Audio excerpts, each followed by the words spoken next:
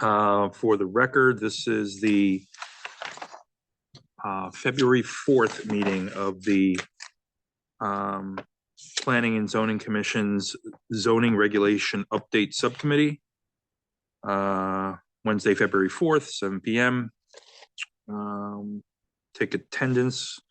Got Dan Radman here, John Chris here, John Engel here, Kristen Nielsen here, and Tom Benton is on his way. Yeah. And Eric Knowles cannot join us tonight, but he did submit a few comments. You've seen them already. Yeah. Floor is yours.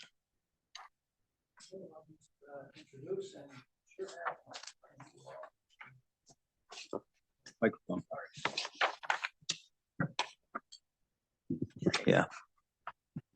Okay, so everybody should have an agenda, and I'm just going to go over item 1 on the agenda and use the timeline, which I hope everybody has a big copy of the timeline. So, but I think the first thing to sort of discuss, you had made a suggestion to us, which we thought was a good one, and that was rather than having one public hearing at the end of this, because of the deadlines that the state has on July 1 to try to have something done on all the commercial properties, so that we could hold a public hearing on the commercial zones in hopefully before school gets out, in June, so that you have something to meet that July 1 deadline from the state. And then we could go on in the summer and get ready on a second public hearing, which we'd aim for September. So that was a discussion last time. We actually, I think it works, and we could do that. It does mean 2 public hearings instead of 1, but I think it can work, and it might actually make it easier in a way for for actually maybe yourselves and the public. They'll probably be focusing on the first hearing more at the commercial, zones, and then in the fall on the residential. So it seems to make sense, and just wanted to reconfirm that because that would be an important item for us.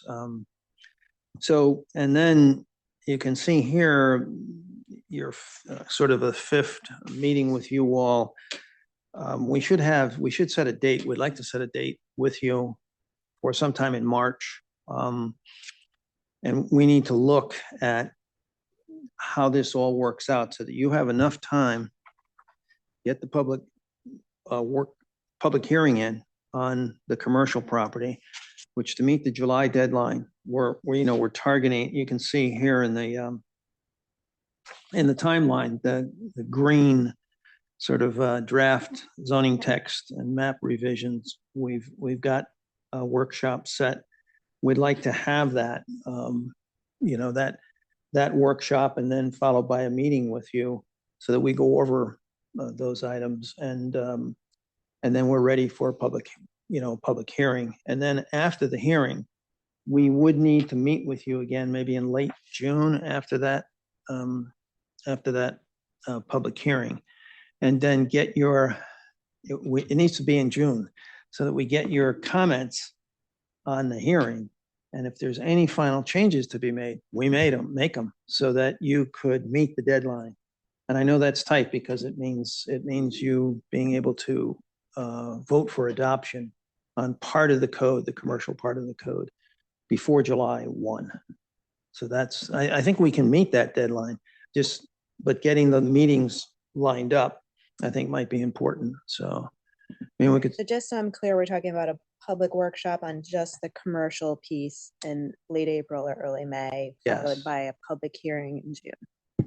No, sorry. Go ahead. So we could address the issues that we have gotten to with you all at that second public workshop, because that will be the only both commercial and residential. Yeah, both commercial and residential. However far we get with the residential, because that will be the public workshop opportunity for people to give their feedback. But the first public hearing would be just on the commercial. I see. So there's no second public workshop anticipated, or I guess it would be third Third, yeah. public workshop anticipated on just the residential piece. No. And I Well, think, I mean, we well, I could guess the do that, but it general, would- yeah. I was just gonna say, I think the general thinking was that May public workshop, like unfortunately with these commercial zone edits, they're kind of mandated from the state, so it's a little less workshop material because there's less discussion from the commission or the public that they could have on it. So having But a we're- joint workshop. Doing more Yeah. than 8,002 requires. We're doing different things in addition to what, we're doing what 8,002 Yeah, requires, yeah. and we're doing other things as well. Yes. Yeah. That's fair. Interpretation, yeah. So to me, the fair. public workshop is on that. I guess I wonder whether squishing it all together with residential as well is too much. I to think it'll be digest. too much, I think. One thing to note is that the remaining time built into this timeline is over the summer following that second public workshop. So it probably wouldn't make sense to have a public workshop in July or August because, we want to make sure as many people can attend as possible. If we had what would happen is if we had a second public workshop, third public workshop, and that would be on the residential component, which not a bad idea. You need to do that. You wouldn't want to do it in August, I Mhm. think. It's No, it better would have to be do it- early June. Or I hadn't the thought of other, that. oh yeah, I I hadn't don't thought think of we that. could do But- early June because June, we're gonna really need to make sure we get everything in. Get everything in for July 1. I was going to suggest the beginning, early September, Right. and then follow that. We'd need to have, we've already got a meeting with you. We So need to to be have a clear, meeting. Early September is a no-go for me. I'm out the second and third Oh. weeks. That's true. That's not movable either. What do you got to do? Not movable. What do you got to do? Movable. I literally was like, what does she have to do? Emphasis It on the doesn't word occur to not me. and That move- little not. thing. All right, I won't. We make you say it. understand that those are awkward times for you. Awkward. Not awkward. Using British understatement, sorry, okay? I think Not feasible. What are your dates? I think you gave them to us, but So. Come on, you can zoom in. Try and tell him that. I think it's an issue, and maybe I'm missing something here. But when I look at for the green dots, public hearing, public public workshops, workshops. there's only been one. The feedback I got from just one or two citizens was, oh, that's by invitation only. You all picked a group of builders and architects and whatever to give feedback, and we did. And so they're saying, when do we get to give input into this process? And when I see that the next green dot is well after the preliminary zoning text recommendations and revisions, I think that that's going to be a problem for us, at least a perception problem. The perception in the public is that we're going to get all the way through this process before they ever get a chance to address us. That is a perception problem because the item you're talking about, Commissioner Engel, there was an invite-only stakeholder meeting, but that's not represented on this timeline. That's not the green dot? No, it's not. The Totally green different. dot We was, had a full public workshop back in October. Yeah, Here. not a ton of people. it was not Attended. well That was the attended. one you were worried. In fact, I remember that one I mean, we're because sitting here. Does anyone have Yeah. any comments? Anybody? there were about Crickets. 15 to 20, somewhere in there, Yeah. 20 people who came. And it ran well. I thought there were a couple of Only good, two people spoke. yeah, only 2 people spoke. I was here for that. Yeah, yeah, and so hopefully when Publicized. people see an actual draft of the commercial anyway, they'll see much more, and I think Sarah's been putting things. So the second public workshop, we mean to be for everybody to come. And that one, we were scheduling for the end of April. Absent putting more green dots on the map, should we encourage these people to just write to you the way Eric wrote to you today, saying, these are my thoughts, this is my input? Oh, yeah, as should long go as to they go Sarah. through Sarah. Sarah. They should go to Sarah because, But that's What we want- always been encouraged Yeah. from the beginning. yes, It's on the, absolutely. like, you know, we website. can think about more how to advertise that, but it is on the website. I did put it in the first selectman's newsletter once. It's probably time to do it again, but I'm all ears on how else to advertise it, but it is noted publicly that you should email me at any time with Be asked at comments. the morning coffee tomorrow. I go to the coffees every Friday for the New Canaan Sentinel and the New Canaanite coffees. And, you know, and that's when people come up and say, and we stand up at those coffees and say, it's really important that if you have something to say, now is the time. And then they're like, okay, when's the public hearing? And then, so, you know, there seems to be a disconnect. They're like waiting, I don't know, for an engraved invitation, you know, to a public or an event or a public hearing. And if that's not going to happen, we just have to say, just submit them by letters. Yeah, I think two things are going to happen on the timeline. We first have the workshop coming up. And I mean, it may sound like a long way away, but it's not. It's the end of April. So we'd like to get, actually, hopefully, we were thinking of getting dates with you tonight to meet with you all in March. And again, in April, those two red circles, there's one in March, that's you all, that's the committee. There's one in April. We see the March one is trying to wrap up a lot of the commercial, make sure we know what it is so that we can, you know, present that at the workshop. And then meet with you in April just before the workshop so that you know exactly what we're presenting. You've seen it all. And then after the workshop to meet with you again at the end of May. We then have to produce a draft report for you on the commercial zoning so that you can adopt it before July 1. I think that's what you had discussed with us. Mm-hmm.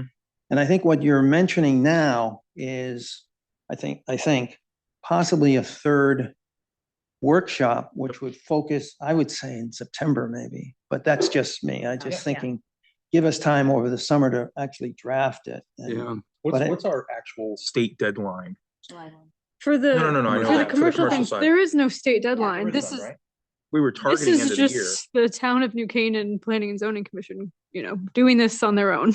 There's I know. no, I know.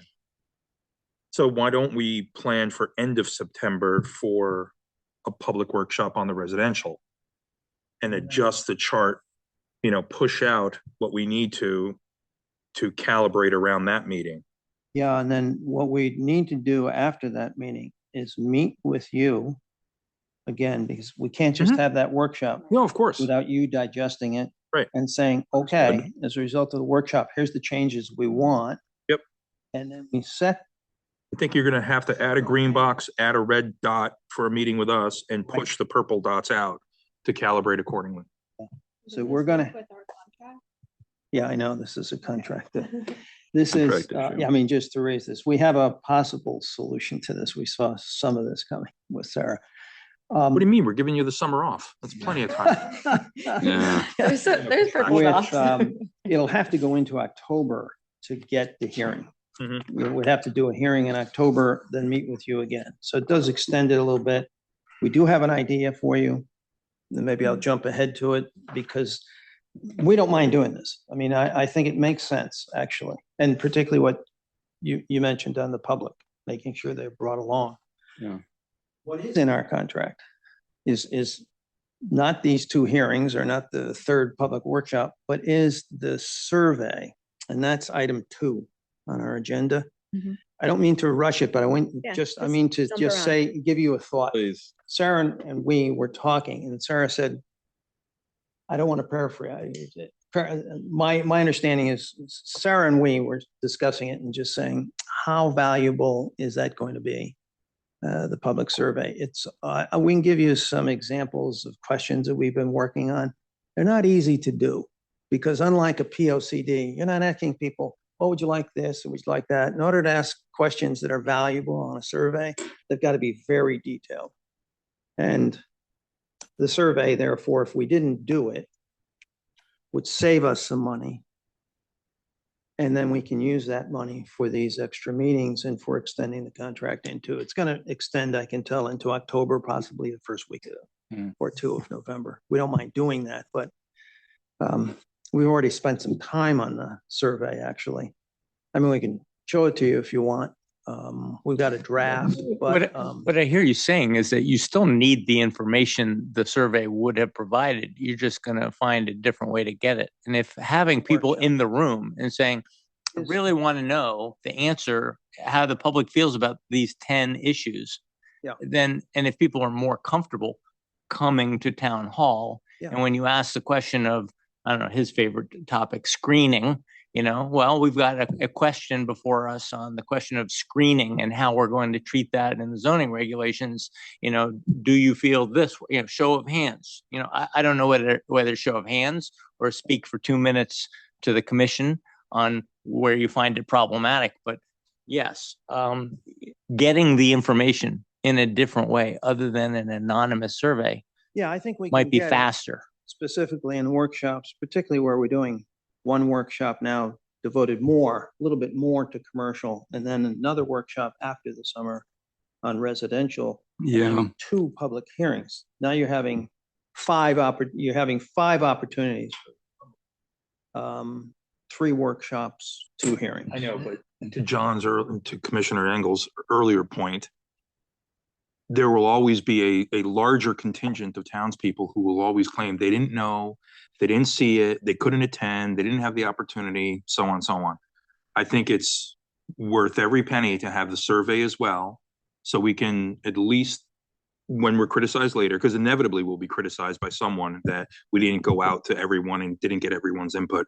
We can clearly say, we've had this many workshops, we've had this many public meetings, we did an online survey, there's nothing else we could have done to get your attention and get your input.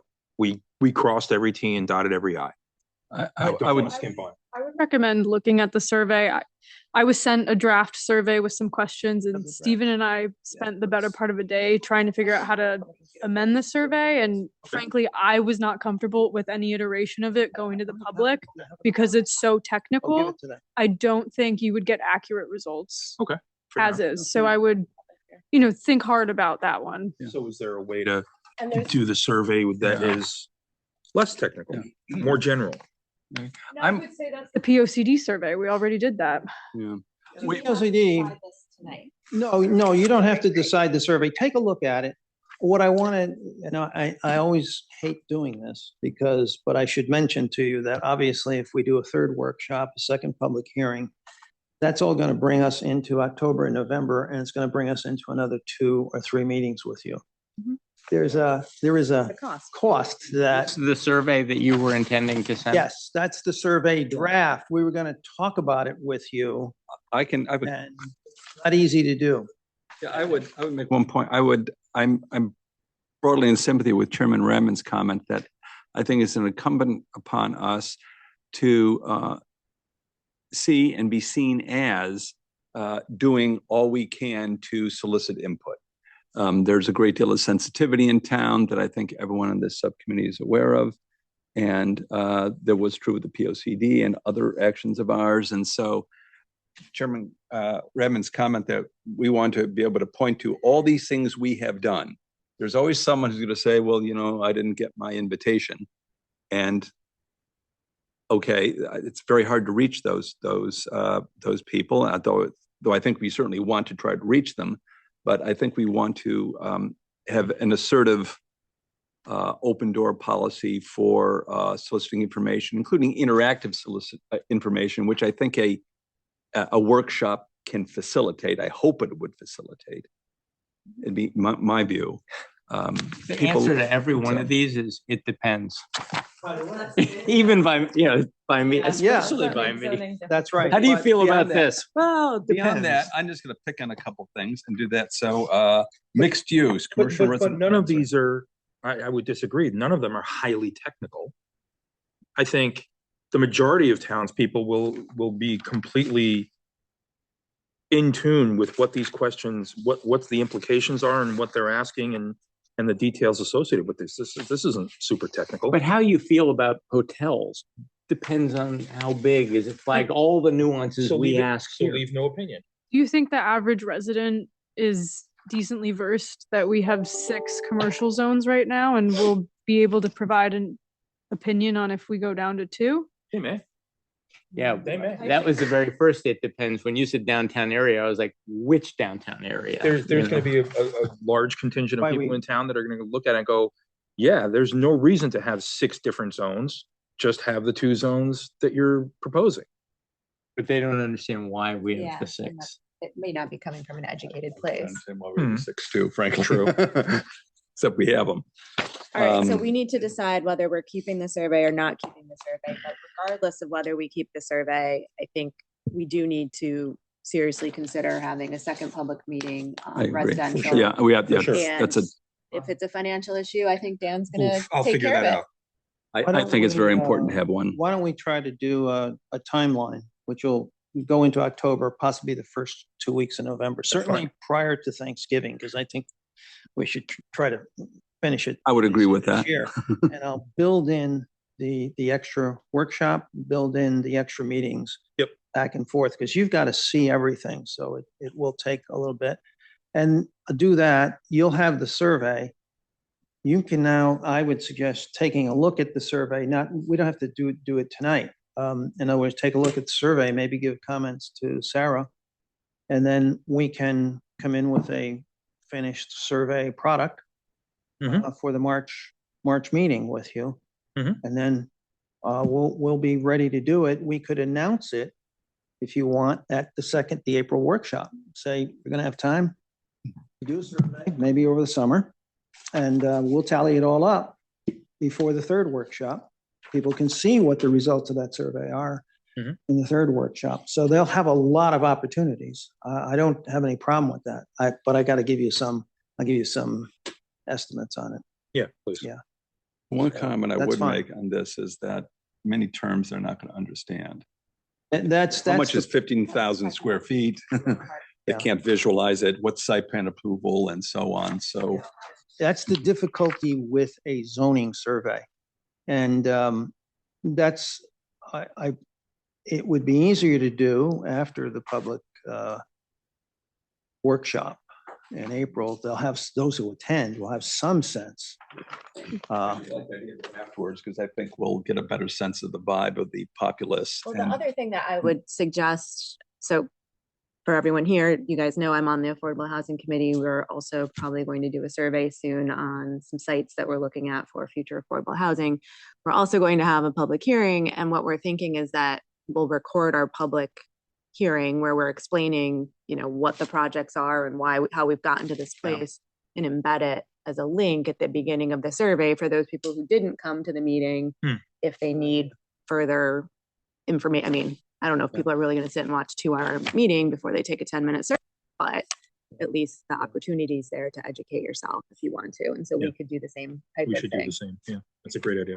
Yeah. Workshop, Workshop. presentation, just the Presentation part, presentation part yeah. could be 20 Yeah. minutes or so. Yeah. And put that at the beginning of the survey. Yeah, That's a so good that- idea. People who didn't make it can still get the context. Yeah. And I would leave that survey open through the summer, right? Let it run for a while and we can, through the first selectman's office or through advertising, remind people that there's a survey for them to look at. Because, human nature, people are going to get the first email blast about it and they'll think about it, they'll forget about it, they'll say, well, I'll do it. And then it goes away. Yeah. And unless they're reminded a few times, they will eventually come back to it. Sorry, are we saying the survey would be happening after the May public hearing or the September public hearing?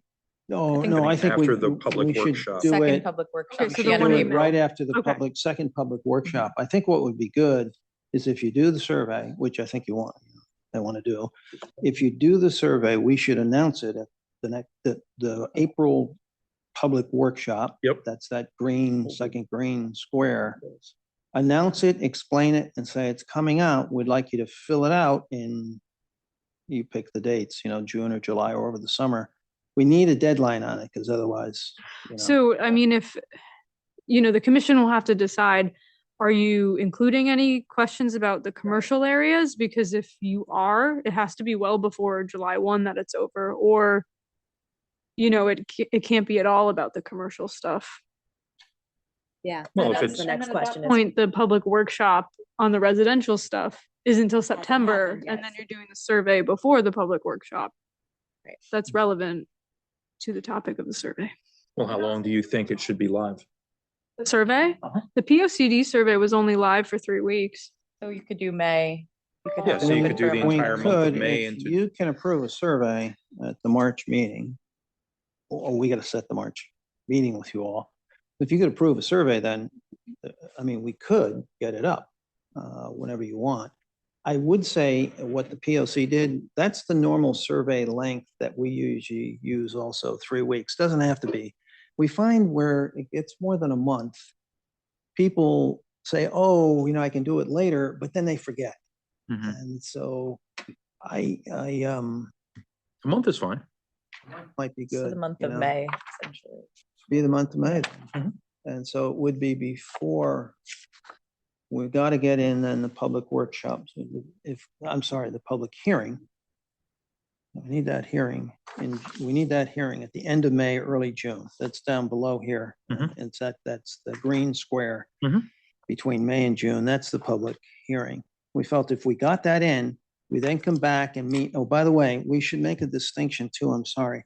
The red dots, the red circles are meetings with you as the committee. I think on the hearing, obviously, it's the whole, the whole P and Z.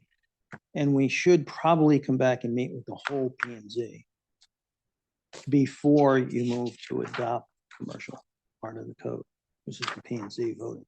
That just means inviting them to one of our red dot Right, meetings. right. We're not inviting you to a P and Z meeting because you don't want to wait till 11 to start your presentation. So those purple dots will be blended into the red dots. Blended Yeah. into the red dots. See, I'm saving you money already. But on that one, like, I think the full P and Z needs to deliberate after the hearing. And because then you need a separate meeting of P and Z, or you can do it that night, where you have a motion to adopt.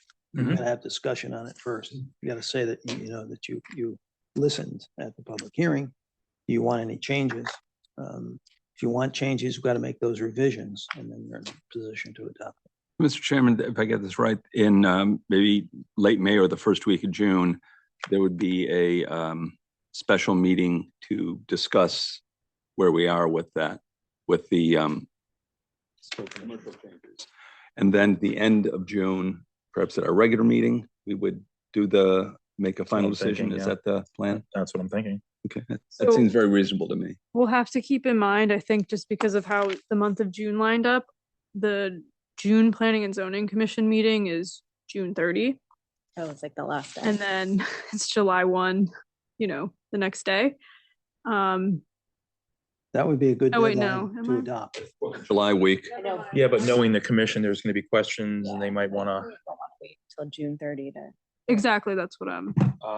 it'd be better to, June 29, there's going to be the 4th of July parade in town. So June 30, which is the last day of June, is the regular P and Z Commission meeting. So we're waiting until the day before the deadline to No, you should meet. adopt. Yeah, there should be. Point.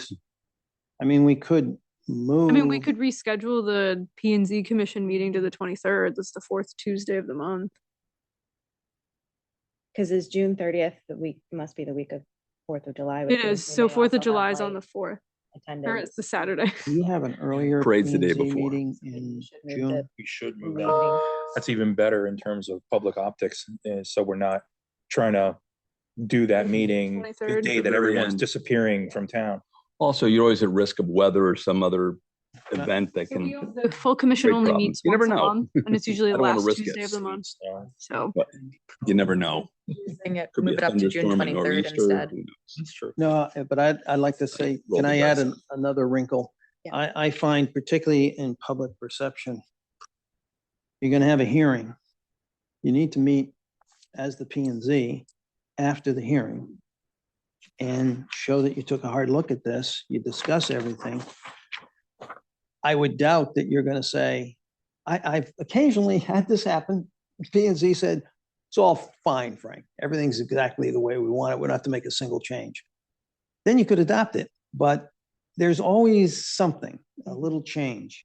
And so what I would do is have a meeting if you could, in early June, and then have that meeting in late June where we can get that revised document back to you so that you've all seen it and you adopt it. would agree with that. Very June 23rd is an adoption date for the full To commission. vote. planned adoption date. And if we can't come to a conclusion, we got another week to figure it out. So then we're not we're rescheduling the wiggle room. regular meeting or? No, I think we should still reschedule. In the And then if early, we the early can't Get it June. done at the regular meeting Very on early June, yeah. June 23rd. Yep. We have to come back next week. That's the threat. So then, I mean, we can, When you get in mid-June, you get. I was trying to say something different, Okay, but what were maybe you you don't trying to say? agree. What I was trying to say is, you're basically saying meet end of May or early June. I'm saying you could keep Yeah. the June 29th date if you want your regular meeting, as long as you have a meeting before that in early June, after the public hearing, right after it, actually, the following week, have your meeting so that you can discuss what you heard at the hearing. And then you direct us, oh, you know something? This was a good point made in the public. We should change it. That gives us 2 weeks to change it, get everything back to Sarah. Now on the 29th at your regular meeting, you have a resolution to adopt, no discussion, resolution to adopt, because everything you discussed had already been discussed at a prior meeting. Mr. Chairman, I would suggest this, and you can, that June 2nd, which is a Tuesday, we would have this hearing. So it's early June. And then on the 23rd, we would have that would be a full commission meeting. I would assume, has to be.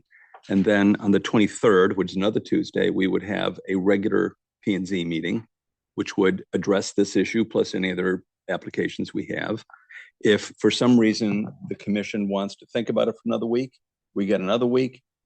We still have wiggle room, so we can get it done before the end of the month. So we have a flex date. Also, in case there's an or Easter or some other issue that sort of blows that day out of the water, we still have another week or so in order to stick a pin in the answer. That would be my suggestion. So repeat that again. So June 2nd would be the public hearing on the commercial issues. That's a Tuesday. And then the 23rd would be a special meeting of the full Planning and Zoning Commission. The 23rd would be a regular meeting of the Planning and Zoning Commission. 22nd would be a 23rd, I suggested 23rd was a 23rd. Tuesday. 23rd is going to be the regular P&Z meeting. We're moving Yes. that up from the 30th. Yes, and that would also include not only regular applications, of course, depending on what happens, but also specifically to address these zoning rule changes. If for some reason we cannot come to a conclusion, we want to think about it, maybe there's something we want to tweak, we still have the rest of the week, and we got the Monday and Tuesday the following week in order to have that meeting. And certainly we have enough time then to properly notice and plan for a special meeting in case that happens. Okay. That's my suggestion, Mr. Chairman. 23rd and 30th would be 3 meetings. 30th is a sort of snow day kind of thing. I look at it a little differently. Okay. I'm thinking the 2nd for the public hearing. I'm thinking the week after that for a full commission meeting specifically about the zoning regulation change. Let's call it the 9th. Debrief, basically. For a debrief, Okay. deliberation, discussion, all with the goal of reaching some alignment by the end of that meeting on the 9th, so that we walk into the meeting on the 23rd, which is the regular P&Z meeting, to have the adoption of the commercial portion of it be an agenda item that we can vote on and not have to sit around for 2 hours talking about. John, that's exactly what I was trying to say. Okay. Probably not clearly. I think what you just said, Dan, is what I would recommend. Yeah. Commission needs to deliberate. Yeah. Then give us a week or two Yeah. to, get those changes made. And Yep. then when you meet again, you're ready for adoption. Just have a resolution in front of you. Yep. You need that extra meeting. So the 2nd, Okay. 9th, and 23rd. Fair enough. 3 Second, full- 9th, Fair enough. 23rd. Fair enough. Yeah, that And works. just to be clear for the commission, the 26th, which is the Tuesday before the 2nd, that's the May regular meeting. So just so everyone is We're gonna be aware, Seeing each other a lot. you're signing up for 3 Tuesdays in a row with each other, just so Okay. Once a The week. May meeting is in front of. on the us. 2nd. Yeah. Okay. It's fun. What? Are we gonna record? The 26th Yeah, is it'll be- May. That's right after Memorial Day. So and just to be clear, I think the 2nd, the public hearing, it would be a full commission meeting. Like the whole commission has to be at the public I hearing. would think so. Yeah, because they're voting about Full it. commission meetings in June. And 3 weeks in a row. On the second, the full commission has to be there? For any zoning reg public hearing, yes. Hmm. Because they're That was voting. my assumption. They're yeah. voting at the end. So they would have to, I think they would have to be at all 3. So could, No, they're voting on No. the 23rd. No, they're because- voting on the Yeah. Then 23rd. if they're going to vote ultimately. how long on do something. we foresee the public hearing going?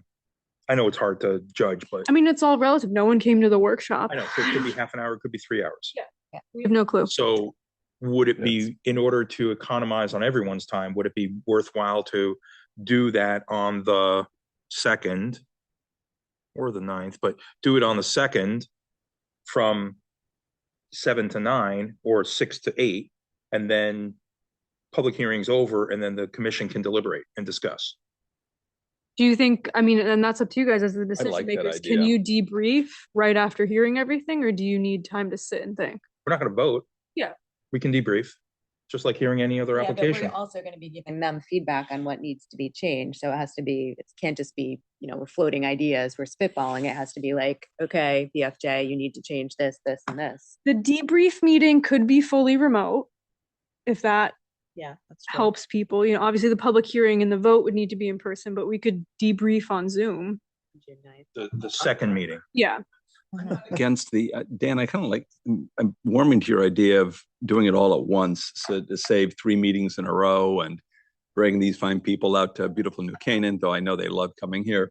I think that, I think that's worth thinking about and just get it over. And also this way, when it's fresh in their minds, the people who are really interested will be able to see us and gain information. And then if they wish to comment afterwards in writing to Ms. Carey, they certainly can do so. Provides an opportunity for them to do that. Do we need the full commission? I know generally we need the full commission there for the public hearing, but if some people are absent, that's still okay?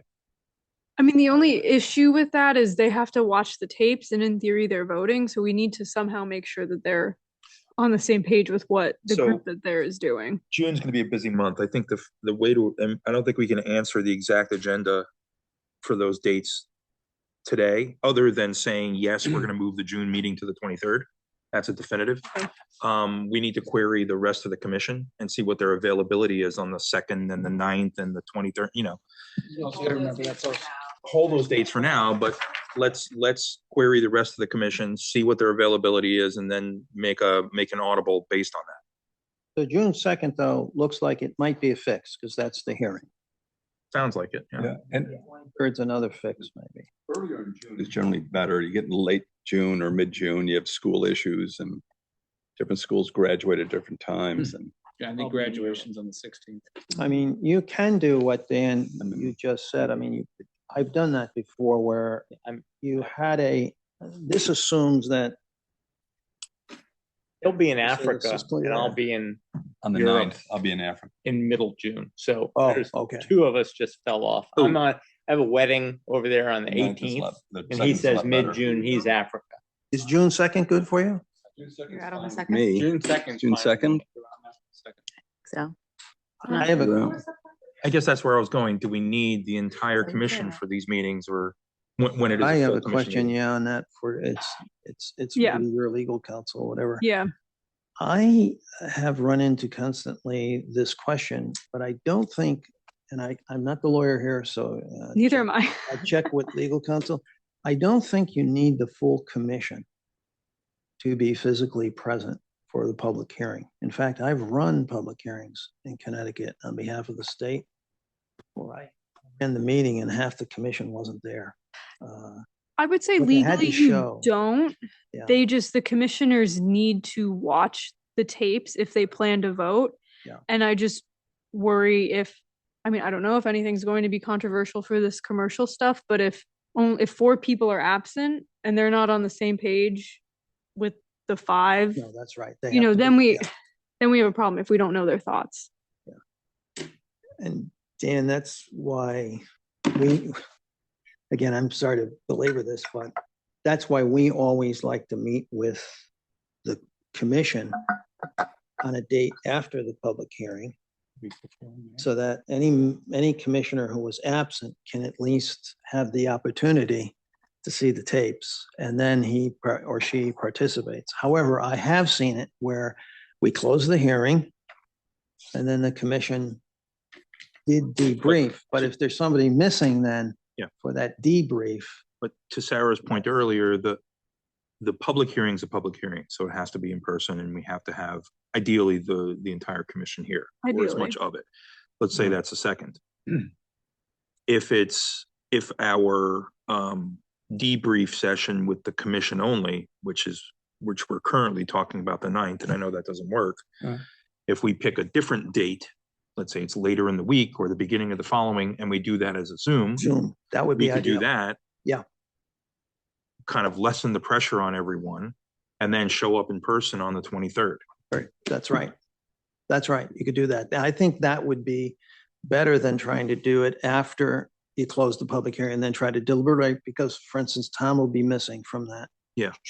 June 2nd one, but he can watch the tape, and then when you get a Zoom meeting, you can, wherever you are in the world, you can attend. Commissioners, the week of the 9th the 9th is bad for you guys. What does the rest of that week look like? Are you coming back from Africa later that week? Or That second and third week, I am in Africa. second and third week? Gotcha. Okay. Could we, in theory, could you do like we could do the debrief on the 4th? I don't know. If that's June 4th. yeah. That's what, a Thursday? Yeah. By the way, Wow. doing it right away is good because it's fresh in your minds. Yeah. But, It's not bad either. Time to prepare for the public hearing Public hearing. Work. or yeah. for the adoption. Adoption. Could that work for you? I'm Wedding's don't on know the yet. 18th, and I think we're gonna be gone from the 10th forward, 10th to the 20th. Yeah. So better earlier. So 4th could work. Yeah. That might Maybe. work well. Might, I Fourth don't know, is we'll Zoom see. meeting. I gotta ask to find out. Okay, but we still need to set dates for the next subcommittee meeting. Yes, okay. So for the March, we got that. We'll revise reviewing this. Yeah. No, I know we talked about a lot. We'll revise the timeline. We'll send it back with those dates. Okay. And then let's get a March date down if we can, yeah, for your meeting. And I'm sorry that we're still on item 1, but it is important that we get it right. So in March, is there a particularly good time to meet? Or I mean, our March, small March. I'm pretty good in March.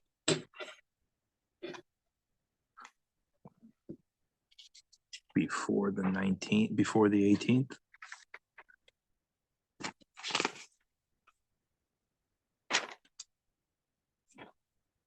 When is your regular P and Z meeting in March? It's the last Tuesday of the Last month. Tuesday. So it's the 31st. Yeah.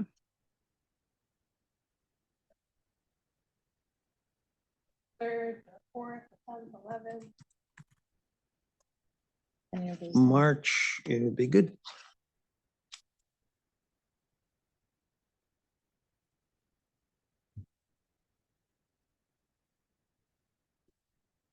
Um, I can't do Commissioners? Wednesdays, but I can do Tuesdays. The 10th? Tuesday, the 10th. Fine. Tuesday, the 10th. Is that a possibility? March 10th? Tuesday, March 10.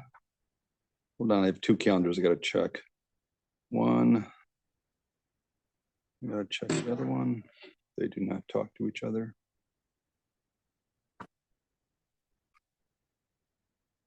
March 10.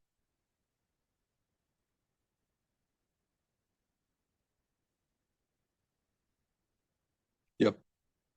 I'm good on that. Good. March 10 then, is that? Okay. And then just to be clear, it's a May workshop or an April I was gonna workshop? say, I think we should start and try and pick a date for that too. Yeah, April or early May. I completely agree. Schedule them way ahead of time. Yes. Set a date. Yeah, let's. May set- not be let's ideal. set- It's worth setting the date, yeah. I think this could be, Then we can also, the workshop can be late April or late April's fine. well, we also have an April ZRU meeting too. So if we wanted to schedule all of those at once, it might be useful. The April ZRU meeting and the late April or early May public workshop. We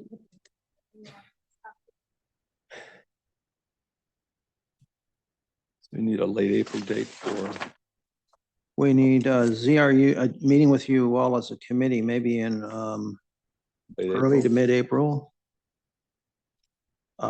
April 7th thrown out. Is on the 28th, the regular meeting. April bad. So, I know, 5th is Easter, so I'll put that out there. Boy, I can do Passover. 5th. Yes, Easter Sunday, yeah. we tricky. might avoid that one. I'd avoid the week before too, because Good Friday is gonna be a holiday. Good Friday, School- right. Is that a school holiday? The school is out the 3rd through the 12th, but I can attend by Zoom. And the first is Passover, April 1st. Are we trying for mid-April? I think the first or the second or third week of April makes sense. The 7th, 8th, 9th, or 14th, 15th, 16th. so Commissioner Knowles In the is, 12th, week of the 12th, probably. Commissioner Knowles, would prefer the week, like any day after the 13th. Any day after the Do 13th. the 14th? I think the first 2 weeks are shot, given schools and. How's the religious 14th holidays. of Tuesday? I'm not here that whole week, Oh, Week of the okay, 12th. the week of the 13th of April. okay. We could do the, Could we do Well- like March 30th? When- I mean, I know that's 2 in March. No, that's a little tight on us. Okay. Not because here. at that meeting, we're gonna want to present what Yeah, we're going over at the public workshop. yeah. March 3rd and March 30th, and we have a little. Yeah, I prefer to do though just before, yeah. So the first 2 weeks in, first 3 weeks in April are no go. No, I'm not sure. Because For Dan can't make the Well, 13th. What The, about the, I'm around on the week of the 6th, just not on, I'm around on the 6th, 9th, and 10th, just not on the 7th and 8th. About 9th, the 9th. March? I'm sorry. April 9th is a Thursday. That's I- school holiday I'll week. have to zoom in. April 9th. Yeah, April 9th works for me. At a tentative. and Krista, you just have to zoom in. School's out, yeah. So I know that there will be no Commissioner Knowles that day, so I just want to make sure no one else has conflict because I don't want too many people absent. For the 9th? I'm free on the 9th. The other option. And would be Krista moving can it to the zoom in? 21st, 22nd, so that, Yeah. to later in the month. But let's focus for a minute if the 9th is possible. Yeah, April 9th. Yeah, we're talking about April 9th for. We're looking at that for Subcommittee. ZRU meeting. You meeting? I'm game for that. So there's Tom, are 3 of you? us. I'm here. John Engel, you're good? Tom Thursday, Benton. April 9 All right. at So April 9th. Good on April April 9th. 9th, okay. Okay, so April 9th, And then the last thing to schedule is just the public workshop. the then. public workshop, right? I mean, what we would do on April 9th is also just go through the public workshop presentation with you. And then, so from our point of view, we could have the public workshop pretty much anytime in late April. When's the March meeting? We didn't do that. Yeah, we did. March 10th. March 10th. Sorry. Just did So that far, one. it's yeah. March 10th, April 9th. I will send out an email tomorrow with all of these dates to make sure we're Yeah, all on the yeah, same yeah. page. And then we'll revise the timeline and the whole We thing can with put the dates Sarah. on the timeline. Put the dates, we'll do everything with that. And then, so what we're on now, I think, is set the workshop date. And also that allows us to think about publicity and. Our regular meeting in March, is that on the 24th or 31st? I believe the 31st. I have done is the 24th, but I may be wrong. Let me pull up the calendar. I have it on the I 31st. just put them on when I was overseas and everything got messed up. P and Z meetings, Yeah, April 28th is what it said online, I think. talking about March. Oh, March, sorry, March 31st is what it 31st. says online. Yeah. March 31st. 31st? We're just getting this from what was online, so don't, That's what we get it from too. okay. Be fun. I land from Italy at 4:30 that afternoon. See, that's the fourth Tuesday. is the We don't start till 24th. 7. Yeah, I'll be right on time. So it's the I'll fall asleep 24th? halfway Is it- through. So it is the 24th of March? No, it's the 31st. 31st. Oh, so it's the fifth day, the fifth. Do we need to move it to the 24th? We can vote to do that at the Oh. meeting on the 24th of February. Yeah, it's fine. I'll be here. Okay. So we should then look at the one final thing is a workshop. Right. Maybe the end of April. Or the, sorry, yeah. We have a regular planning The zoning workshop meeting date is, yeah, end of April, early May. on the 28th. It is P and Z. Right. Can we do the prior week, like on the 21st? 21st or 22nd? Is that enough turnaround time from April 9th? I think so. As long as we know and can get publicity out on the workshop, then we're good. I think we're good, Sarah. we could Okay. send out the publicity earlier than that. Oh, totally. Yeah. Oh, yes. What was you thinking of now? April, it's 21st. 21st. It's a Tuesday, April Yes, sir. 21st. It's fine with me. Fine with me. Oh, well. Can anyone not do April 21st? Yeah, we're looking at April 21st. April 21st. Going Sold. So ZRU workshops on the 21st. So, okay, so I'm just gonna quickly read through all of the dates we've set. Okay. So we're all on the same page. Hold on, I gotta save Scroll up. everything. All right. So March 10th is the next subcommittee meeting. Then we have April 9th for the April subcommittee meeting. Yep. And we have April 21st for the workshop. Then we have June 2nd for the public hearing. And then debrief on Zoom on June 4th. And then we're moving the regular P and Z meeting to June 23rd, where we will also vote on the commercial. Sorry, June 2nd is the public hearing? Hold on. ZRU, Potentially June 4th for the debrief. Do you have that? Okay. Do we need another ZRU meeting Do we need anything? before the hearing? In May. Yeah, in May. We have in May, Planning and Zoning Commission, inviting the full commission so that we can meet with them before that June 2nd. We have that scheduled for May. Well, if we're meeting with the committee, right, on the 21st of Mhm. April, is that And it? that's the public workshop. so it's That June would be the 2nd, and public what's the next workshop. one is The June 9th would be 4th. our ZRU meeting. The question is whether we should have another P and Z meeting in May. Is before that the what we were public talking hearing about? Yeah, on June right. 2nd. Right. ZRU debrief. That's the debrief. The full commission. We could do it just with you because we're debriefing on the workshop Okay. Before the public hearing. public hearing. That would be the only purpose of the May meeting. And I mean, to be clear, to help supplement, we could always do the April subcommittee meeting on Zoom or potentially the March one on Zoom if we, Yeah. need to break up all of these meetings. Are there any meetings in May? So we're just talking about, Schedule. Okay. Doing a meeting with the P and Z in May to fill them in before the public hearing on June 2nd. Gotcha. What are the June dates right now? The 2nd and what? 4th and then the Fourth by 23rd Zoom, I believe. Brief. on Zoom, June. 4th of June is a debrief. So debrief on the June 2nd public hearing on June 4th, and June 4th would be Zoom, public Mhm. hearing, of course, in person. And after the 4th, what did we have? The 23rd is the regular meeting and the vote. And the vote. Okay. June is 23rd, regular meeting and vote, yeah.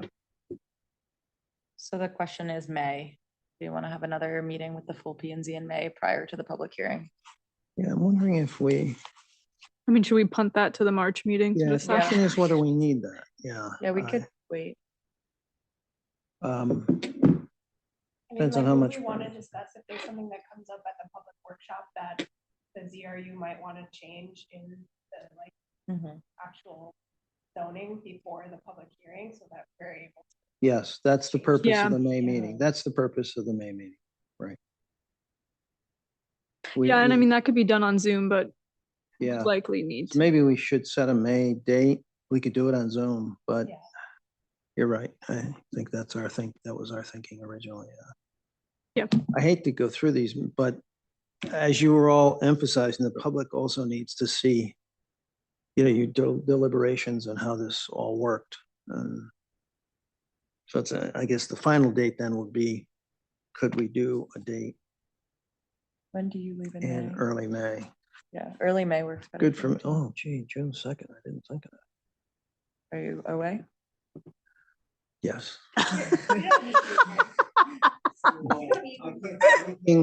These dates, I know. I've got the 18 here. I mean, the I'm- public hearing is I'm- also the- I'm sorry, Yeah, that's this is true. We'll not be like listening. getting married, but it's pretty, let's put it this way, I'm in Paris and it's all booked and my wife's sister is expecting us, so. So we got to move the public I hearing? don't think so. I don't think you do. You know why? I'm serious, because at the public hearing, to me, what the public hearing is, and unless you disagree, by the way, we can reschedule around this, but the public hearing is to hear comments from the public. It's not supposed to be normally a back and forth.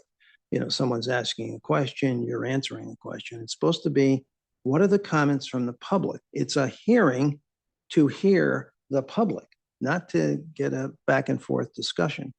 So I think you could hold it. You could hold it. Yeah, and Susan Well, and given I- our track record with the first public hearing, it's not going to go more than 30 minutes. It'll be Don't recorded. jinx us. Answer technical questions if they come up. To come up. Although I would emphasize again that, and I know this is very hard because somebody asks a question that's so obvious and you can answer it. Yeah, you just answer it. But generally, you need to set the ground rules, of course, for the public hearing, which you're used to doing. But normally at a public hearing, the ground rule we usually advise is the public gets 3 minutes, or if they need 5 or whatever, but they're the public comments on the draft. It isn't about the workshop, which we've already had now. We've had the workshop, and the workshop's a back and forth interactive. So I would say, go ahead with these. The last question is, and for that May meeting, when do you leave, Frank? Yeah, I know, May 15th. May 15th. So could we plan for the week of the 4th or the week of the 11th for that final Yeah. meeting before the public hearing? So May is, I would space them out a little bit for the sake of sanity. Okay, yeah, Week of the 11th is probably better. 11th. week of the 11th. that would be on the 12th, the Tuesday. Good. May 12th. And that would be a Okay. full P and Z meeting. Could be a subcommittee, but Could be subcommittee, and what's the P and Z? I mean, we can Yeah. just schedule it as subcommittee and invite the And full invite them. commission, but Yeah, I have and no invite clue. them, right. So So the topic is ZRU. debrief on the workshop. Right. Workshop debrief. So no longer on the 4th. No, Keep the No, public sorry. hearing debrief. is Yeah, on. sorry to be so, we'll get We the. have 2 debriefs apparently. Yeah. May 1 in This, June. we'll get this outlined with Sarah also on the timeline, so you see each meeting and how it relates. Because Yeah. what we like to do is have a meeting before a workshop, a meeting after it to debrief, public hearing, Yeah. meeting before if possible. And this is what we did for the POCD. It's just It's a just, little less involved. Okay, so I think this is a good path that we're on. I think we also need to talk about what we as a group need to have decided on and finalized for a July 1 adoption date of commercial zoning regs. And obviously that involves the commercial piece Right. that we're going to talk about tonight that you guys have worked on. But I think there's other things as well that kind of go hand in hand with that, including our village district design guidelines and however we want, if we want to codify those in a more Mhm. explicit way. I think we need to work on that. Parking standards. I think we should have a good idea of at least for commercial. I'm just like, obviously we'd have to do it for what residential parking later. standards with Sarah worked out for your next meeting? Okay. And Sign that'll- standards, not, I mean, that one I could take or leave, but that's only really relevant in our commercial zones. And then inclusionary zoning is the other piece. And so Yeah. I guess I would say that from, until we feel like we have those 5 things really sorted, that's what I would focus on from now until July 1 and then come back to the residential piece Mhm. Yes. after that. Take Yeah. the pause in the Because residence zones. I Yeah. think that Yep. we'll just get distracted from what we really need to be focused on. Krista, do you mind saying those that are in your mind again? Would Just you like my once more? sticky note? It's the Here, I commercial. have it here. You got Codify it. the Codify the village district yeah. guidelines, whether or not they want to do that. Notes all The over parking notes. standards Notes for over commercial notes. areas, potentially the sign standards. We'll have to take a look at that Yeah, section. we haven't looked at that. yet. And then the inclusionary zoning. I think it would also be good. We'll set up a meeting with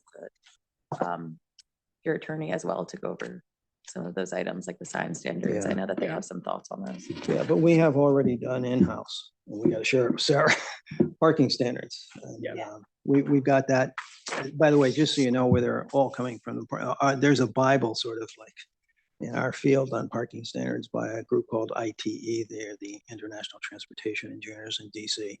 They literally do hundreds and hundreds of developments and take them. So the standards that come out of those are the best standards we know. So we're Until the state obliterates them and Oh, ignores That's them. another Yeah, that- element that we've. By the way, Sarah's that's- already thought about, yeah. Yeah, we talked about that with the Yeah. full commission Yeah. last week on the Right. traffic conservation Yeah. mitigation zones. Set a conservation district down. And there's nothing we can do about the state, but we can do the ITE standards and give them all to you. They work well in most cases. And Mhm. I think you'll find they're close to what you have and maybe a little bit easier. Mhm. So, okay, all right, we can do.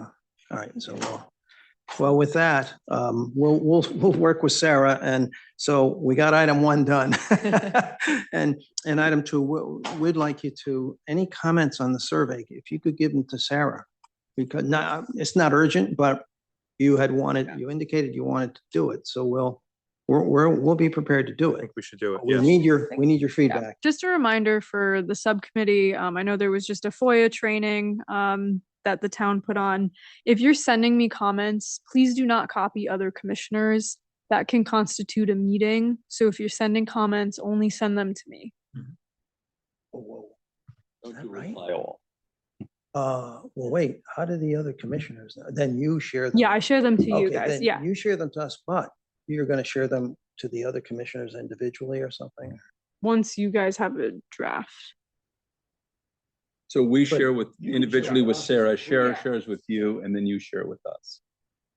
Because I mean, so Commissioner Benton can't send an email to the group expressing an opinion, and then Commissioner Kriz email back, I disagree with you, Commissioner Benton. They can't have that back and Right. forth. Did you ever do that? I do it all the time. But let's You can send say, it to the group without any issue. We just can't reply back. let's say Individually. Commissioner missing tonight, the attorney from New York, I forgot his name, I'm Eric. terrible, Eric. I can tell him what happened at the meeting and he can watch the recording and then he can send to me his comments. But they He don't know what disagrees. his comments are. Unless they're somehow shared with them. Well, we can talk Well, about. can we talk about them during this meeting? Yeah, Yes, well, okay. because it's in a okay. public meeting. It's just we can't back and forth about it I over understand. email. Yeah. Okay. Wow. I haven't run into it quite that way. Because you might have a commission meeting then that comes up and they don't know what someone said. Unless, Well, so they have to review the tapes. We have to watch the tape. Yep. But Frank, I think we should keep moving.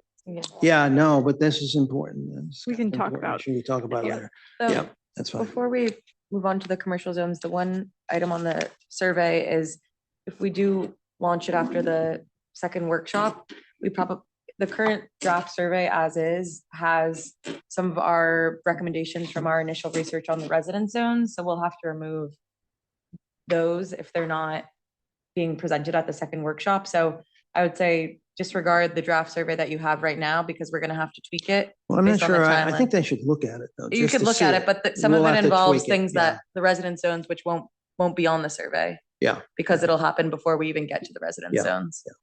So just disregard Yeah. those questions. in Unless particular. we do it, unless we do. And the I would survey. just, reiterate, take a hard look at the survey because I would say personally, I have comments on each and every question in there and how it can be taken out of context. And that's why I a zoning survey, I think, is going to be a very challenging thing to do well.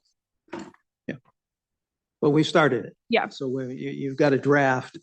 And if you could give comments to Sarah, we can, at our March meeting, we can decide, you can decide definitively on it and we can take any comments and we can discuss all your comments. I've just learned We can something also new. I do, gotta like- get back to you on that. I mean, at the workshop, we could do like a live Yeah, Yeah. as we present Yeah. something, we can ask for the- on it. And we can- yeah, like a real time. Okay, so can we move to item 3? So I'm gonna turn it to Emily. So the commercial zones, you all have the memo. The memo should be, Yeah. the memo should have the red lines from the changes that we've made recently. These are some of the things that we want to confirm with you, to see if you understand. So obviously the big one is the merger of retail zones and the business zones. Wait, I'm sorry, can you say that question again? Sure. I think you want to start that, then on the things that are in this memo Uh-huh. that we want to move forward with. So the first kind of big one is the merger of the commercial zoning districts into a retail zone and a business zone. Which means we're going from page 1 picture to the picture on page 2. Correct. Yes. Which is not a direct change. There are some zone lines that have been shifted, Yes. taking some things out of the business zone, put some things in the business zone. Yeah, But this reflects the most recent meeting that we had, the edits we got from you. And basically, I mean, the retail A and B consolidation is pretty straightforward. Other than a portion of what is now retail B will become business zone, right? Up by the post office and Exactly. Locust Ave. Yep.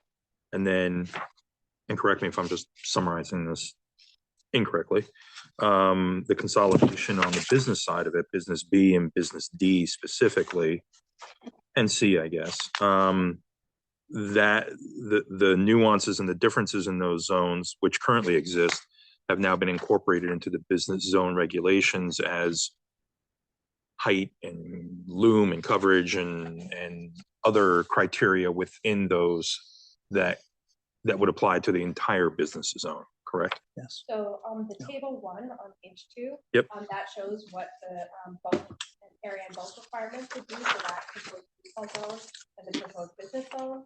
And, you know, we looked at all of those zones side by side to see what the similarities were and what the differences are. That brings us to the next kind of question is the FAR. So the major difference between those business zones was the allowable FAR in those zones.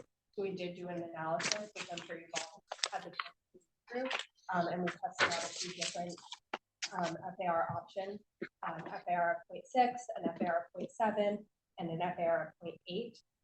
And as you can see, the existing max FARs in those zones were formerly 0.4, 0.6, 0.9, and 0.6. And basically the analysis that we did, we just looked at anything that was inconsistent, the built FAR with the allowable FAR. And then we looked at how many non-conforming lots would become conforming lots if we were to increase the allowable FAR. And of course, this data is not perfect, so take it with a grain of salt.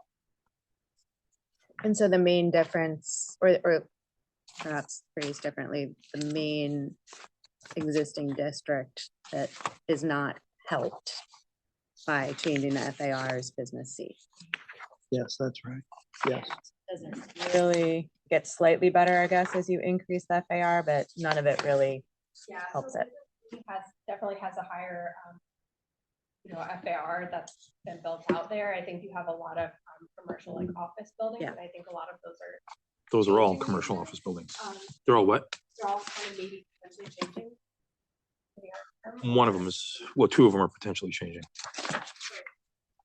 Thinking about whether you want that, those, business C zones that are kind of throughout your downtown to be in line with the things that are around them, or if there is an exception to those seems like that zone was set up with the idea of having commercial office buildings, and that's not necessarily where the market is. I also don't know that it's consistent with what I would think we want our future of our town to look. I mean, obviously it's something that's there, that's It exists. existing, but I don't know that if I were planning our town today, I would say that's what I think we should No, agreed, have around towns. But I guess my but they question exist. for you guys is, what are the downsides of having 60 to 78% of business C zone being non-conforming? Like what are the downsides of that, and what, if anything, do we do to mitigate those? And remember, we're talking about, on this one, we're talking about 6 properties. Yep. So 67% is only 6 properties in town. And two of those 6 are being redeveloped. So it's really 4. Hotel. That ship has sailed already.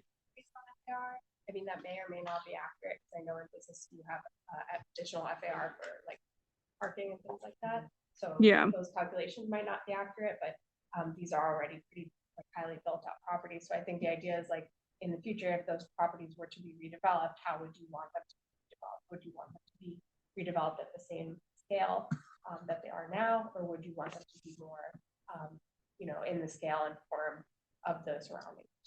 Well, Yeah. I hear you on that. I mean, really, it's a redevelopment story. I mean, the buildings are already up, so they're not, we can't do much about that. Well, but I or guess the anything. question is how real, I don't know from a market perspective, how realistic is that redevelopment in the next 20 years? In the well, we next just 30 years? experienced it with the hotel, right? I think there are existing entities that it almost, But we allowed some expansion of that hotel. If we make it non-conforming, then it can't expand. correct. And in the same sense, other buildings like the one directly across Cherry, the other building on that Yeah. corner. I mean, there's been talk about changing that to residential. Which Um, corner in Cherry? the far corner, the far east corner, across from the hotel.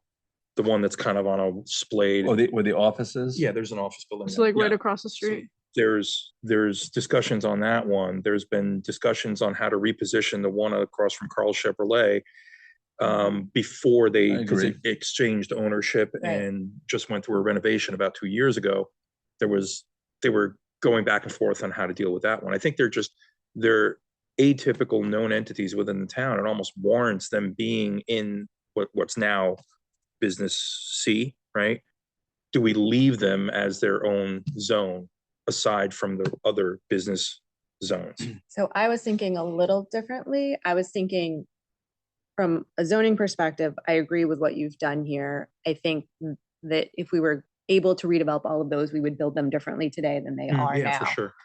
But is there another pathway that we should provide other than just your non-conforming? So either you tear down and rebuild or you stay in office building. Is there some other off-ramp we can offer for adaptive reuse of those buildings that keeps them from just stagnating because Mhm. people aren't investing in them because they know that's all they can ever be?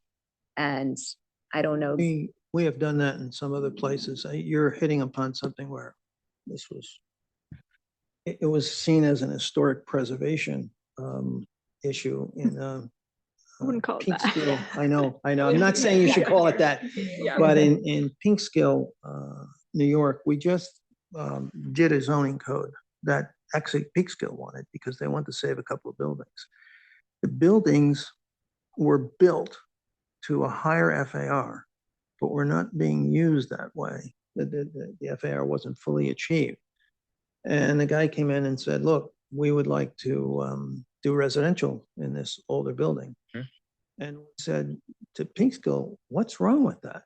Because they're just utilizing the total built FAR, Mhm. but it's more than the allowable FAR in the zone. Mhm. So what we did was we changed the wording. I mean, I have this wording.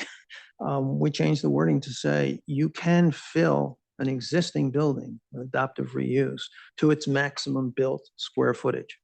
So if that type of situation exists here, it would be a way of recognizing all of those buildings and they could be adaptively reused for a permitted use Right. up to the maximum built FAR now. Would we have to define what those, I mean, because I'm thinking like, okay, affordable housing or maybe even housing in general, was probably one. Obviously a hotel. I don't know that we need more hotels, but that was one we found suitable. So like, do we have to enumerate those or can we be a little more vague? Oh, you didn't? Hmm. Okay. And because we knew the market, it was residential.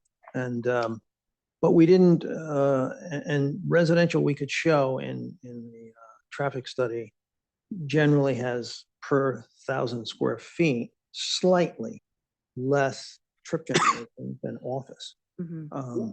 One of the issues I've found with trying to adapt office for residential has to do with the floor plate Mhm.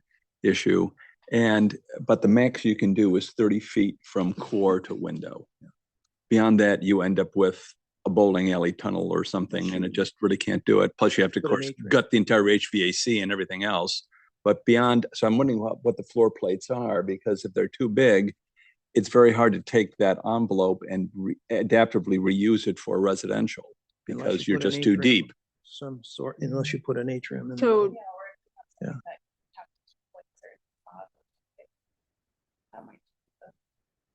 Well, no, that's historic preservation, but your question is, can they optimize it?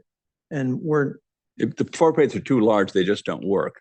That's they why won't it's work older without buildings. putting in an atrium. So in the just middle. to briefly shift this a little bit with these buildings, it's more than just the FAR that they're non-conforming on and will continue to be non-conforming. Our height is a huge problem. Correct. You know, we're still doing 2.5 stories at 30 Yeah. feet. All of these buildings are 3 stories. Yeah. So Yeah. I hear what you're saying about your peak skill example. The hotel grounded language that was the start, I would say, of an exception that could be baked into the regulations. I don't think it's great, but I think it could be tweaked to work and be, you know, transferred to these other properties as well. And it's just through a special permit, basically. Oh, okay. But you know, the only caveat with that is, and I'm not sure I've heard an answer from you all. Do you actually want to incentivize the preservation of these buildings? No. Or no? Because you're I'm not in love with them. because you're baking in exceptions to help these buildings stay. And if you don't, But I don't necessarily Yeah. want to prolong their life, but I don't understand fully what if the alternative is, maybe we don't have as much demand for office. I don't know if we do or if we don't. And they can't expand, so therefore they just become stagnant and degrade that's over the- time. you know, I mean, you don't want an abandoned office building. Right. It's just That's the divided. key Yeah. word. You're not, by limiting them in the regular business zone without some additional leeway or guardrails put forth, you're going to set up a situation where someone might be looking to unload that building and leave and move, and there won't be a buyer interested in it because they can't do anything to the building without having to knock it down and build a 2.5-story building. I can't imagine they're cheap to knock down. Huh? I can't imagine those are cheap buildings. to Oh, knock down. no, Yeah. no. But every current owner and every potential owner is going to be looking at those as a grandfathered condition where they have, just like the hotel was looking at it, where they have a certain volume, certain floor area that they can work with and either keep it as office, reposition it as retail, as a residential, and do something with the envelope as a repurposed use. That's exactly So- what we wrote in the big skill. I guess what I'm hearing is we should go down the path of seeing what sort of exceptions we can do just to prevent, you know, abandoned. Okay with having higher density development in that area, whether it's residential or otherwise, you could preserve that. Well, then it would have to stay that zone C, right? It's Yeah, the C. I think if I'm hearing Krista right, though, that might not be higher density of that sort for new construction might not be your vision. I wouldn't necessarily want to see new construction built back at the same intensity of what is on Yeah, those yeah. sites. Now, I was just looking for the option, and we don't even have to exercise that option right now. And it sounds like a special permit to allow some sort of adaptive reuse would be the option if we wanted to create one for these potentially new non-conforming office buildings in what was Business C. Yeah, and the other wild card here is what you've been exploring with the Affordable Housing Committee, which is the 3 town lots, you know, Locust, Guard, and Richmond Hill, as potential affordable housing developments. And those, you know, in order to achieve the type of return on development that necessary for those developments, they're going to be more than 2.5 stories, Oh, yeah. no matter what. Well, and that's where those So would not there's- get built to the business zone standards. They're gonna have to go to like a Canaan Parish standard or something like that, which is a conversation for a different day where I think, you know, one of my recommendations to consider was doing an like public housing overlay zone so that town projects can just adopt a Canaan Parish type zone. So we're not trying to morph the business zone regulations with what the town needs to do to get the next moratorium, because think that's not that's good fair. planning. I think that's wise. I have to believe that any true town-owned subsidized for affordable housing is going to be a very special decision. I have to believe that's going to be the case. Could be height dimension, could be something, but it's going to be something that will have to come before this commission for a decision, as Canaan Parish was. Mhm. And I have to believe that's true. Okay, if we, on this one though, just to finish that conversation, should we, if we can, if we do an adaptive reuse, allow developer to reuse the building, if they're preserving the building, reusing it, he would get the existing built FAR. If we can do that, then I think we can keep to the FAR of maybe 0.6. So I mean, I think that's a given, like just with how Connecticut's non-conforming state statutes work, like they're allowed to do that already. I think it's more, if you do an adaptive reuse, what at least the hotel developers were getting at was, it's not just redoing the interior of the building, like sometimes you need a little more, like they needed extra space. So it's, They put a porte cochere on the front. Yeah. and They added a fourth. they did a story couple and- little That's, additions. something different, Yeah. okay. And- That's different, yeah. But also these buildings violate height, and then they also added a half story or like 3/4 of a story, and they violate the 80-foot continuous building wall length regulation, and they added on to that a little bit. So it's more than just FAR. That's different I than guess I that's wasn't aware. I mean, it makes sense now that you say that. increasing the bulk of the building. Exactly. They're increasing it. So Yeah. that's a different question, I think. And that would be, that would require some action by the commission, at least a special. Yeah, which is, Whereas what the model I gave is exactly that. It's as of right. We just Which specified. I it. would argue under Connecticut statute, it's already as It's of right. already as of right. Yeah, we just specified it in the zone. Yeah. It was as of right. To answer that kind of question that Krista raised. All right, so how do we figure out, and do we need to know more about all the nonconformities in business C to figure out what to do with those buildings? So I mean, Because I I'm can- fine with like everything here. That's just the only part that I mean, based on these properties, I can tell you one. Yeah, which two, are the three, buildings? 4. We've got 4, excluding the Locust Ave Hotel. We have 4 in Business C that are probably non-conforming. And then, I mean, there are other office buildings in Business A as example, like I can think about the, on the corner of Cherry and like kind of near where like Club Sandwiches and whatnot. There's another office building. I don't know if that's non-conforming or not. Like there are other office buildings. There are all the medical offices on Cherry Street. Mhm. I don't know if those are non-conforming, but those are in Business A. But in business A, Sarah, business A is 0.4 now, FAR. Yeah. So if we meld these into one zone, They may actually be conforming. Yeah. Yeah. more of those would become conforming. Yeah. If we- for FAR, but maybe not Yeah. for some of the other standards. That's right, but for FAR. Okay, so Because just, we were discussing FAR for a minute, I Yeah, just yeah. wanted to. I kind of went all over the place, but to answer your question, there are 4 office buildings in Business C that need to be dealt with somehow. There's 6 total if you include the Locust Ave hotels, but Mhm. so, you know, we're These are the splitting hairs 6. over 4 buildings, so I don't know. Well, They're important properties, don't get me wrong, but here, I mean, Or if you're correct, which I believe you'll be correct, if it's as of right for those owners to use the maximum FAR that's already there in those buildings, just leave what, it. Yeah. just leave it. there's not a problem for them. We're not Yeah. taking away any right they have. No, but do we have to codify in our regulations any specific way? I mean, it doesn't hurt to make it Heard, clear. by the way, I can give you the language, right? I can, But when they, we have the language for it. when they come in here, they say, I'm a non-conforming building. And then we start to say, and then begin to make the arguments that I'm making it less non-conforming. And so they start to, the mentality is they start to try and make trades. So it's important that we get this right, that we not just rely on state statute, that we We can state put it right in your local statute. definitively what it is we want and put it in the Yeah. regs. Put it in.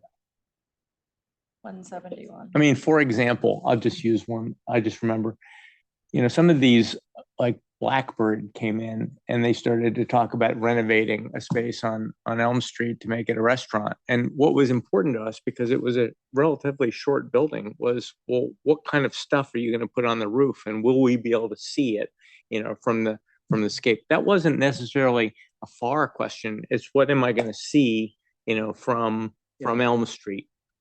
Whereas the big 112 Main Street, where they wanted to add a whole fifth story, that was because we have in our regs that you have to, if you're going to build all these apartments, you have to build some affordable units. And he said, if I'm going to build the affordable units, I need to be non-conforming. I need more height.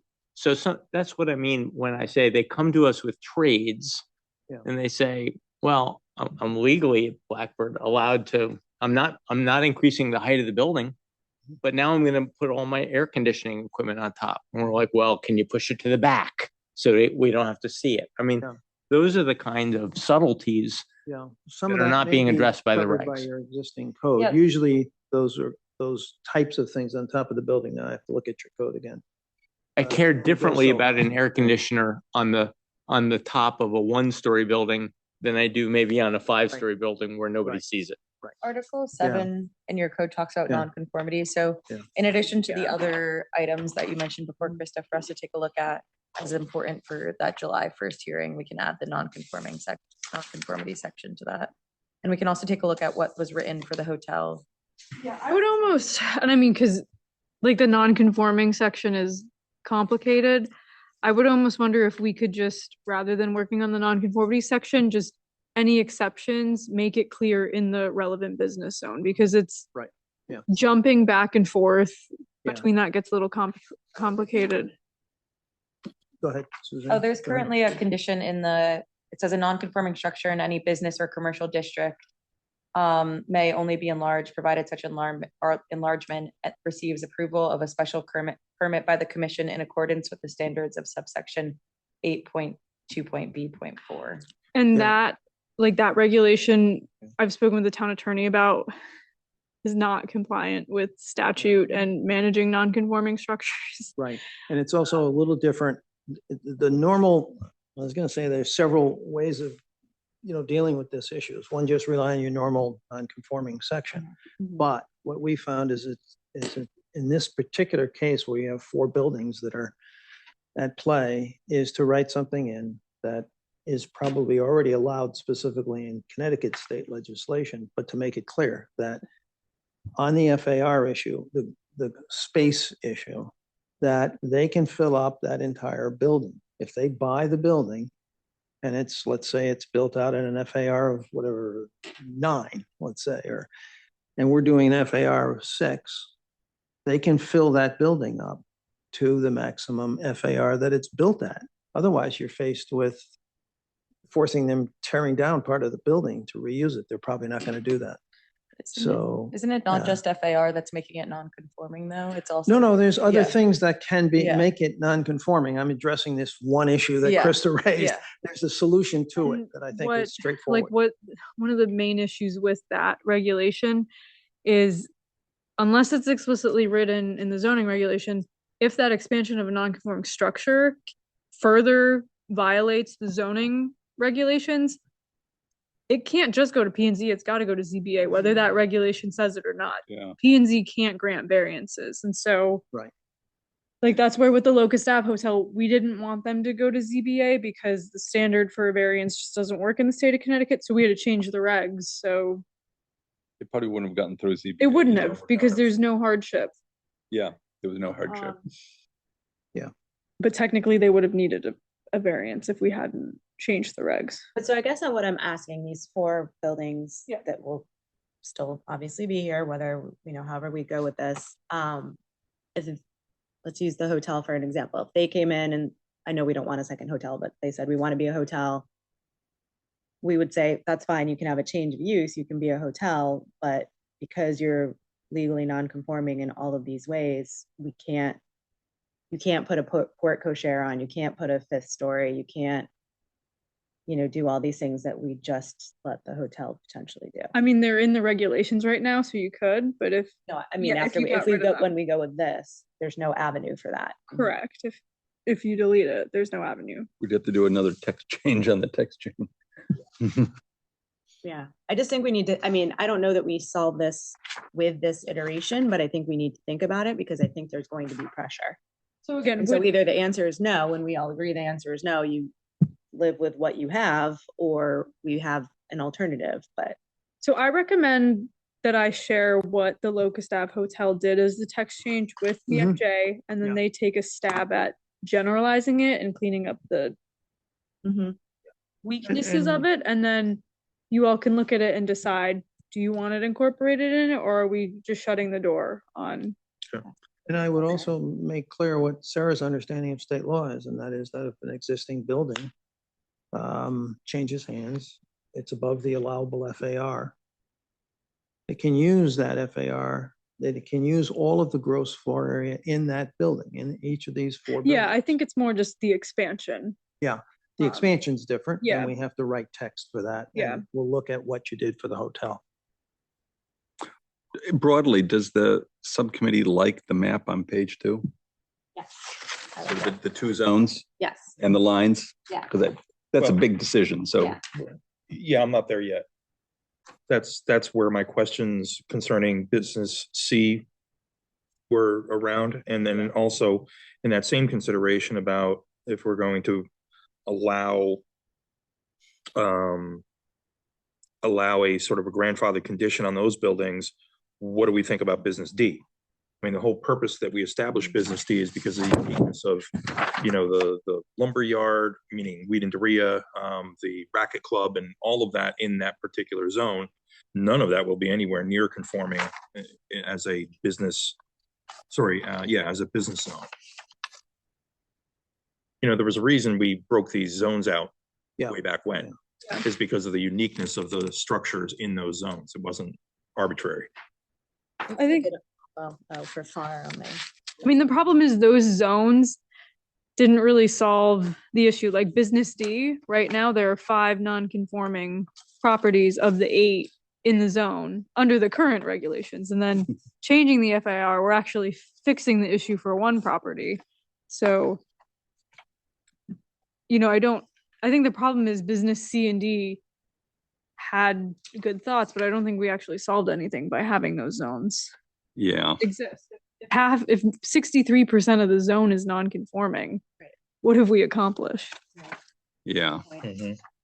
And I mean, those exact, exceptions that the hotel did, maybe they also should apply to the racket club and Weed and Dorea, because I assume those are the buildings that are non-conforming. We just don't want to institute a change that will further or more adversely affect those owners in terms of their potential for renovation or development or change on that particular property. Right. I just think the good news is we're not starting at a very great level, so I don't actually think that these changes are going to limit further. Okay. Because I mean, just again, looking at that FAR table as the benchmark, 5 of the 8 in business D are non-conforming right now. And that same argument then for business B, the Cross and Biddy Street zone. Yeah. In lumping them into the business zone as a whole, are we handicapping them in any way? I would say no, especially for business B, because when you compare what's allowed in business A versus business B, there are very few differences. And I mean, since Business B got created, you had one development under that zone, and I believe it fully complies with Business A. The new development. Yeah. Yeah. Based on the FAR business, do you have? 0.6, yeah. So I'm not changing that. Yeah, Okay. so Yeah. I think the Better real if we went up. change for business is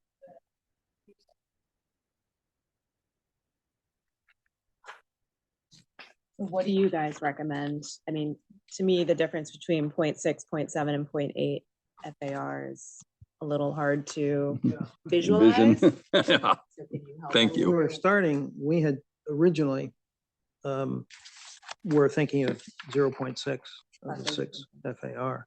Just given what you know of the scale of our town, yeah. that's what you were thinking was Yeah. appropriate. I think we can, with what we're talking about, making sure that properties specifically can use their maximum FAR of the built building now, protects them, one, and then what Sarah's gonna send us, we can take a look at for the special permit in terms of the hotel, make sure that these other buildings have options. Okay. But What do you guys think about 0.6 FAR and them coming back with potential for Special permit, the special exception. permit for those that are non-conforming?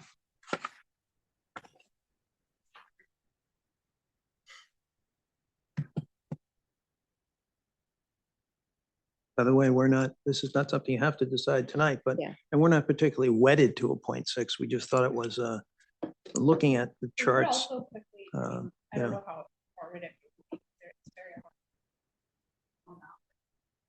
Give you a number of like what could be built under current, based on this data, how much square footage can you build? That would be helpful. See what the difference is. Yeah. Yeah, that would be very helpful. I mean, if we're Talking about 200 square feet versus 2,000 square feet, you know, and Yeah. that difference between 0.6 and 0.8. And when you see them, just the caveat that Emily said is an important one. We never see an FAR fully built out throughout a zone. It just, you know, could take 30 or 40 years. It's not, doesn't happen, you know, immediately. But it's helpful. Just see the Also numbers. limited by the other area and bulk requirements that Yeah. are in this. Yeah. Yeah. Yep. Yeah. Very Basic level. Right. analysis. Okay, so I think, I mean, do we want to discuss, is there anything, anyone have comments on? Item that, yeah, that Sarah asked us to highlight for discussion. In terms of the changes, one is just that the wellness centers, health clubs, and indoor recreation, those are as of right. We had originally had them as site plan. And veterinary offices less than 10,000 square feet would be special permit, not site plan. Those are the two changes from the original memo we had sent you. The one substantive thing that Sarah wanted to discuss. So on page 9, under the conditions for proposed uses in the downtown, this would be in the retail zone. We have number 11, dwelling units contained within a mixed use development, provided that. And then these are the conditions that we wanted to discuss further. So the one condition is that buildings with 5 or more units are subject to inclusionary zoning. That's already a requirement. No such unit shall be permitted on the first floor of any building, and no such unit shall contain more than 750 square feet of gross first floor area. That's something that we had discussed last week or last meeting briefly, but we wanted to revisit. Yes. And then the other one, that no unit shall contain more than 1 bedroom. So those are 2 existing requirements that we weren't sure if you wanted to carry over into the new zoning regs. My own view is I don't see a reason to limit them. I don't. Oh, I do. For I'll one argue benefit. the other case. Okay. Which is that I think there's incredible demand for residential in our downtown, and not just any residential, high value, high, expensive residential in our downtown that generally people want bigger penthouse style units with multiple bedrooms. And I think that's on some level conflicting a little bit with what we're trying to create in downtown, and maybe sets people up for a conflict they haven't even considered when they choose a 4,000 square foot apartment in the heart of our downtown, and what that may come with in terms of what you're exposed to outside. But the other thing I think is that if we want to be a town with diverse housing options, we've got to somehow carve out a way to keep diverse housing options. And if every apartment unit that gets built is oversized because that's what people are willing to pay for and that's what builders make the most money on, then we haven't really created housing options. And we will become a town where we build affordable units under 830G for people less than 80% of SMI, and we will have market rate units for people who make over 250, 300, 400% of SMI. And controlling the size of the units is one way to keep a level of diversity that I don't think the market will provide in and of Well, its own right. Yeah, but it's not keeping a level of diversity, it's limiting the amount of diversity, because then you're limiting the size of the units between square footage and number of bedrooms. A small one bedroom. Whereas, sorry, let me, Yeah, please. whereas it might be more worthwhile to do it as a percentage.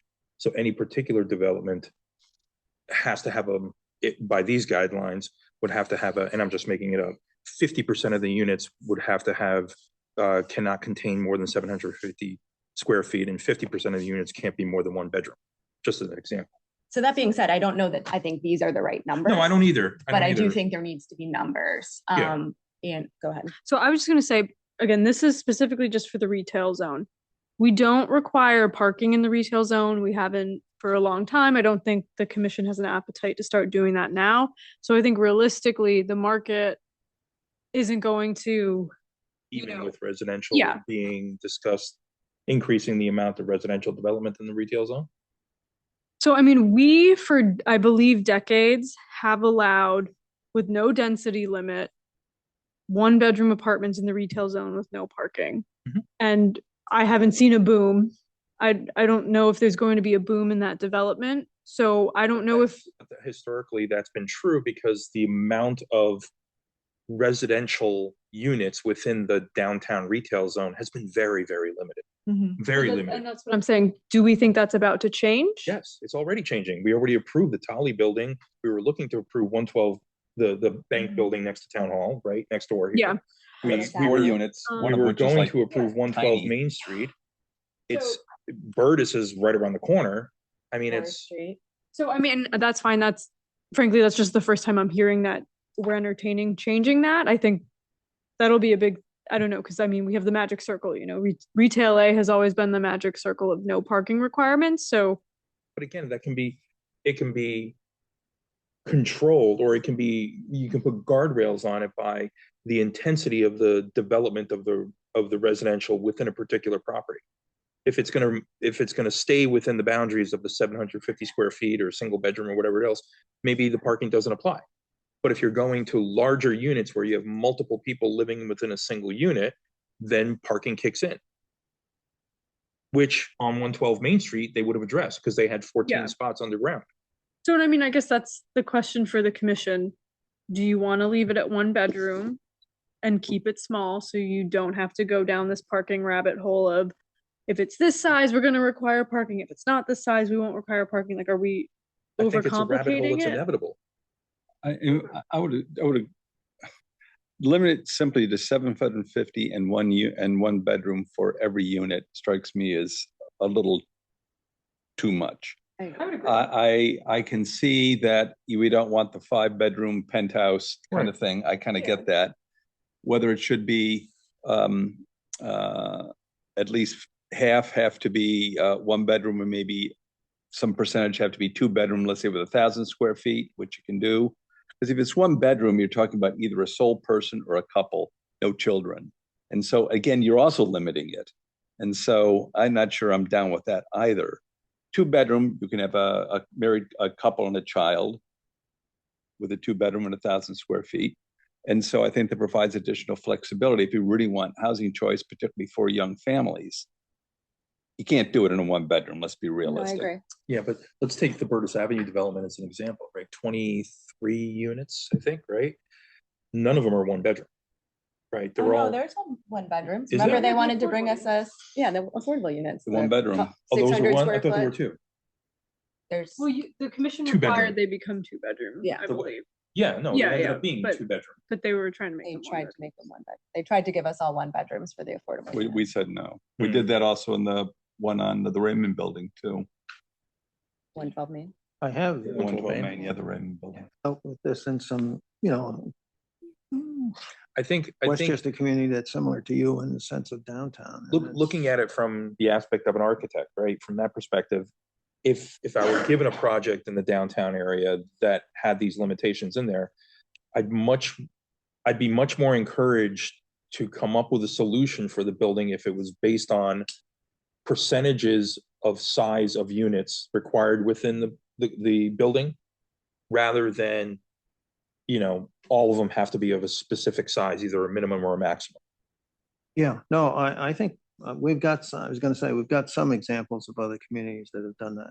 I think that would be useful to I see. agree. I mean, I could sit here and say, I think 900 square feet for a one bedroom is more reasonable than 750, but Yeah. I'm just spitballing, Well, so. we've got some experience from Bronxville, and that is, when you go higher than the one bedroom, the one bedroom is a unit that's more, I think, the marketplace for it that we've found is more the young person who's a Yeah. single Young person or professional. a single professional, or they could be married, but they don't have any children, and it's the young market, young professional Mhm. market. But as soon as you go to a two bedroom, it needs to be bigger to attract. I saw units sold out in Bronxville. They were two bedroom, 1,600 square foot units, and that doesn't It's a sound, big two bedroom. that's what I say. Yeah. It might not sound what needed. When I went through those units, the developer said to me, look, these are empty nesters. They're selling a 4,000 square foot house. They're not going to move in to 1,000 square foot or 1,200 square foot. That's two bedroom. true. They need the two bedroom, but they need a lot of storage. And that's the market. And so I wouldn't limit yourself if you do a percentage. I mean, say you pick 50% for the one bedroom. If you allow a larger unit, I would go a little bit. I would go more than 1,000 square feet. I would go to 1,500 at least. Maybe. I mean, there's three demographic types that we've always talked about addressing for downtown New Canaan in terms of the development of residential and the walking area of downtown. And that's the young professionals, right? The studio apartments or the one bedrooms. There's the workforce housing that we want people who work in town to be able to live in town and in that sort of economic bracket.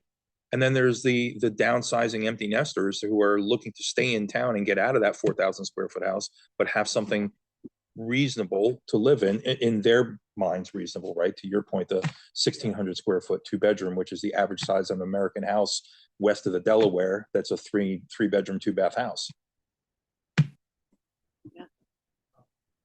So I mean, you could write something of that nature in percentages. I think we just need to step back a little bit and think, because we're talking about the retail zone right now, and think about what we want the retail, what do we want in the retail zone? Do you want 2 and 3 bedroom apartments in the retail zone? I mean, It's inevitable. Yeah. That's the way We have some now. that's the way the real estate market in this world is, and this town is turning. People are looking to come into the center of town. but again, it's if we only specify one bedroom, inevitable if you allow They it. will combine them. Yeah. Yeah. Even They'll if buy we 2 and merge. dictate one bedroom, they will combine them. And Because they're either doing that illegally, not getting a building permit, because you can't combine a 750 unit, 2 of them right now, because you have to get a building permit. And I have to sign off on it saying that it complies with zoning, and it doesn't. So you're either, and I mean that work gets done without permits all the time, but it's technically not allowed.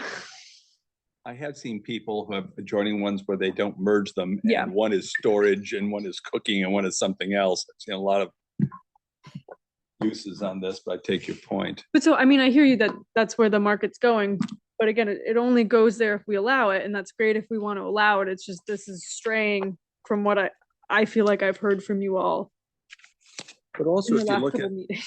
beyond just the golden, go ahead. Sorry. The last applicant who came to us on Richmond Hill came back like 4 times because he said, I can't, develop things. Nobody I'm going to take down these condos. I'm going to put up new condos. Nobody wants 900-foot apartments. And it mattered so much to him that I think he came back like 4 times until we finally changed the regs and changed the text amendment. My own mother, who's in her 80s, sold her townhouse in town and moved into a 900 square foot. And we, the kids, all said to her, you can't live in 900 feet. You've got all this stuff. And she's like, nope, I could do it. So they're out there, but they're in these little antique buildings.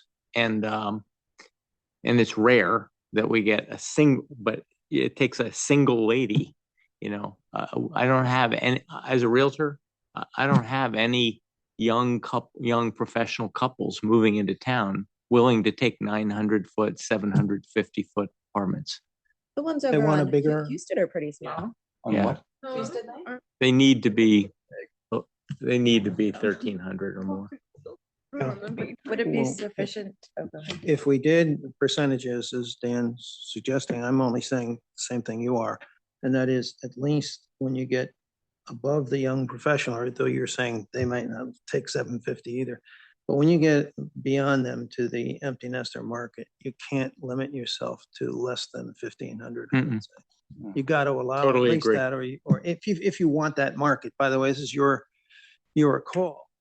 At these are small sizes for a community Would like you. allowing something larger than what we currently allow, so let's just say we said 1,500 square feet for a certain percentage of the units, are we enticing tear down, rebuild, or redevelopment of our existing buildings in downtown? Because I don't think that we're trying to do that necessarily. I mean, obviously, like 112 Main, we're supportive of seeing a renovation of that, but if If you look downtown, I mean, I can remember, this is pre-COVID, it was the building, it's either the one, I think it's the one that has Ching's are next to it, and they put in 2 walk-up apartments.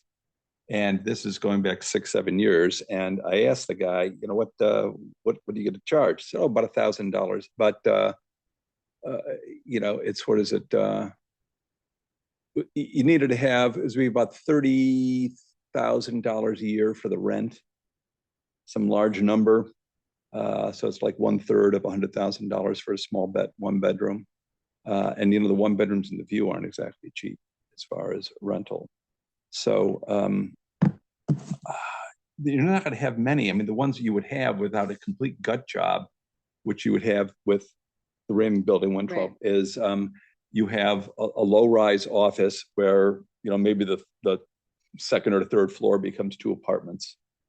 We have this above the yoga studio on Park Street. There are 2 apartments, 2 small 1 bedrooms. Mm-hmm. We have the 4, some are like a 400 square foot studio, I think. The one with the where Tolly was, mm-hmm, in the old bank building right next door. And so you have these sort of little pieces, bits and pieces, frankly.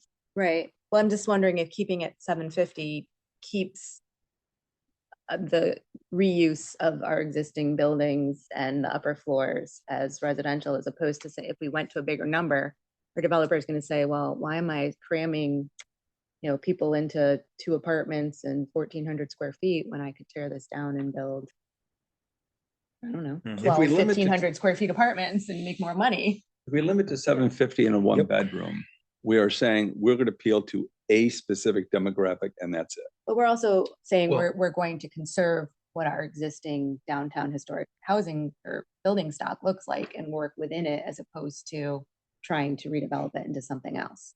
Well, Krista, though, we're not, if I understand it, we're not. not talking about changing here the basic height. And this, we're talking about the retail zone, right? Right. Yeah. We're talking about the retail zone. I'm just asking if allowing a larger unit creates more of an incentive for tear down rebuild. And I think, Still no.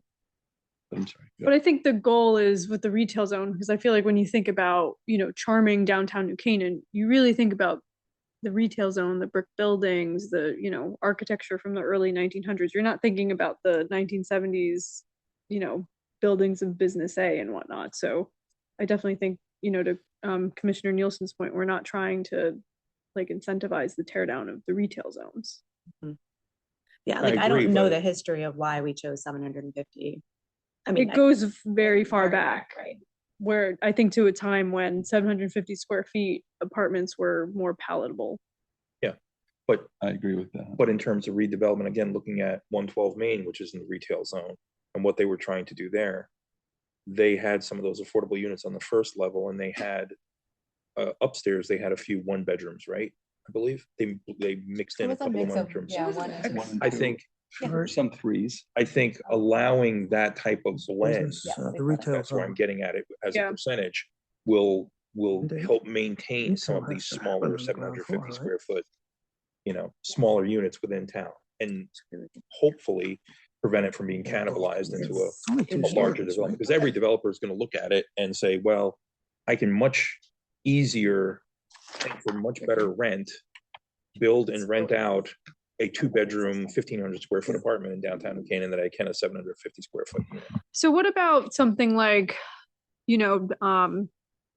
units that are 1 bedroom and under 750 square feet in the retail zone are permitted and don't require parking, and then up to 50% of units in the building can be as large as, I don't know, 1,500 square feet, maybe it's 1,250, and those require one parking space per unit. Well, one was also brings us into that.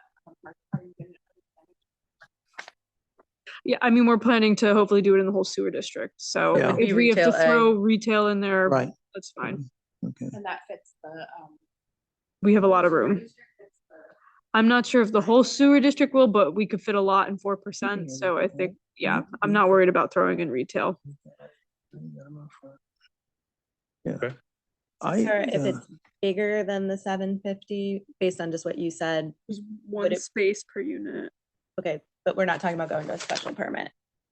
You cannot, Oh, we cannot. you Okay. cannot. So Under that's, 8,002. yeah, under 8,002, we cannot require a special permit for For a mixed minute. use anymore. It's 30 feet. Okay. We're talking a zone that has a height limit of 30 feet. Is Mhm. that right? So we're keeping to that. Yeah. Mhm. So I don't see, I mean, they're Well, gonna they do can Well, exceed it actually, with no. inclusionary. Yeah, with inclusionary zoning, we can go up to 3.5. inclusionary. So there's another possible one of your three Yeah. markets. But what I'm saying is I don't understand why you want to limit it to only one market. It's not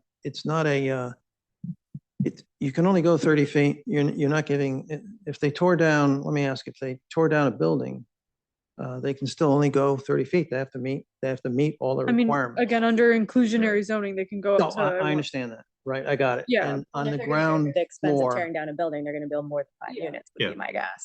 if they tore something down now, does it have to be retail or professional services on the ground floor? In the retail zone, yes. In the retail Yeah. zone, and we're talking about the retail zone. Just the retail zone. So I don't see a danger. If you were to allow just what you said, Yeah. up to 50, more than 50, after you do 50% at 1 bedroom and 750, that's tight, but you can exceed that. I don't see any dangers to that. I mean, I'm all You're for, meeting another marketplace. All of these units, no matter what they Or would are, you unless say they're parking has subsidized, to they're be gonna be provided market on rate, site? so. Or just I don't know how we require parking on site, Retail A, right? but I mean, I don't, the municipality doesn't allow overnight parking in municipal lots, and I don't think there's an appetite for that, so. We just say parking has to be provided. Yeah. And they figure. And when you think about it, let me take a Bronxville unit, it's 2 bedroom at 1,600 square feet. It doesn't require any more parking than your 2 1 bedrooms. Your 2 1 bedrooms gonna have one car that's needed probably, and it's 750 square feet. 2 of them are 1,300 square feet, so. I mean, I Uh, would consider maybe upping even that 1 bedroom size to, I don't know if it's 900 or What, but 750 is small, It is. I will say. It is.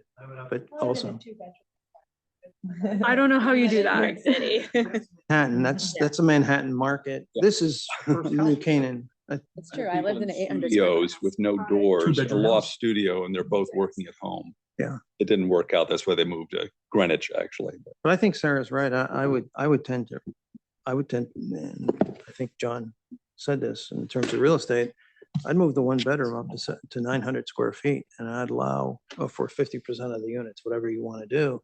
And then allow something else, a two bedroom or three, up to 1,500 square feet. Because now you're getting two markets that are actually saleable.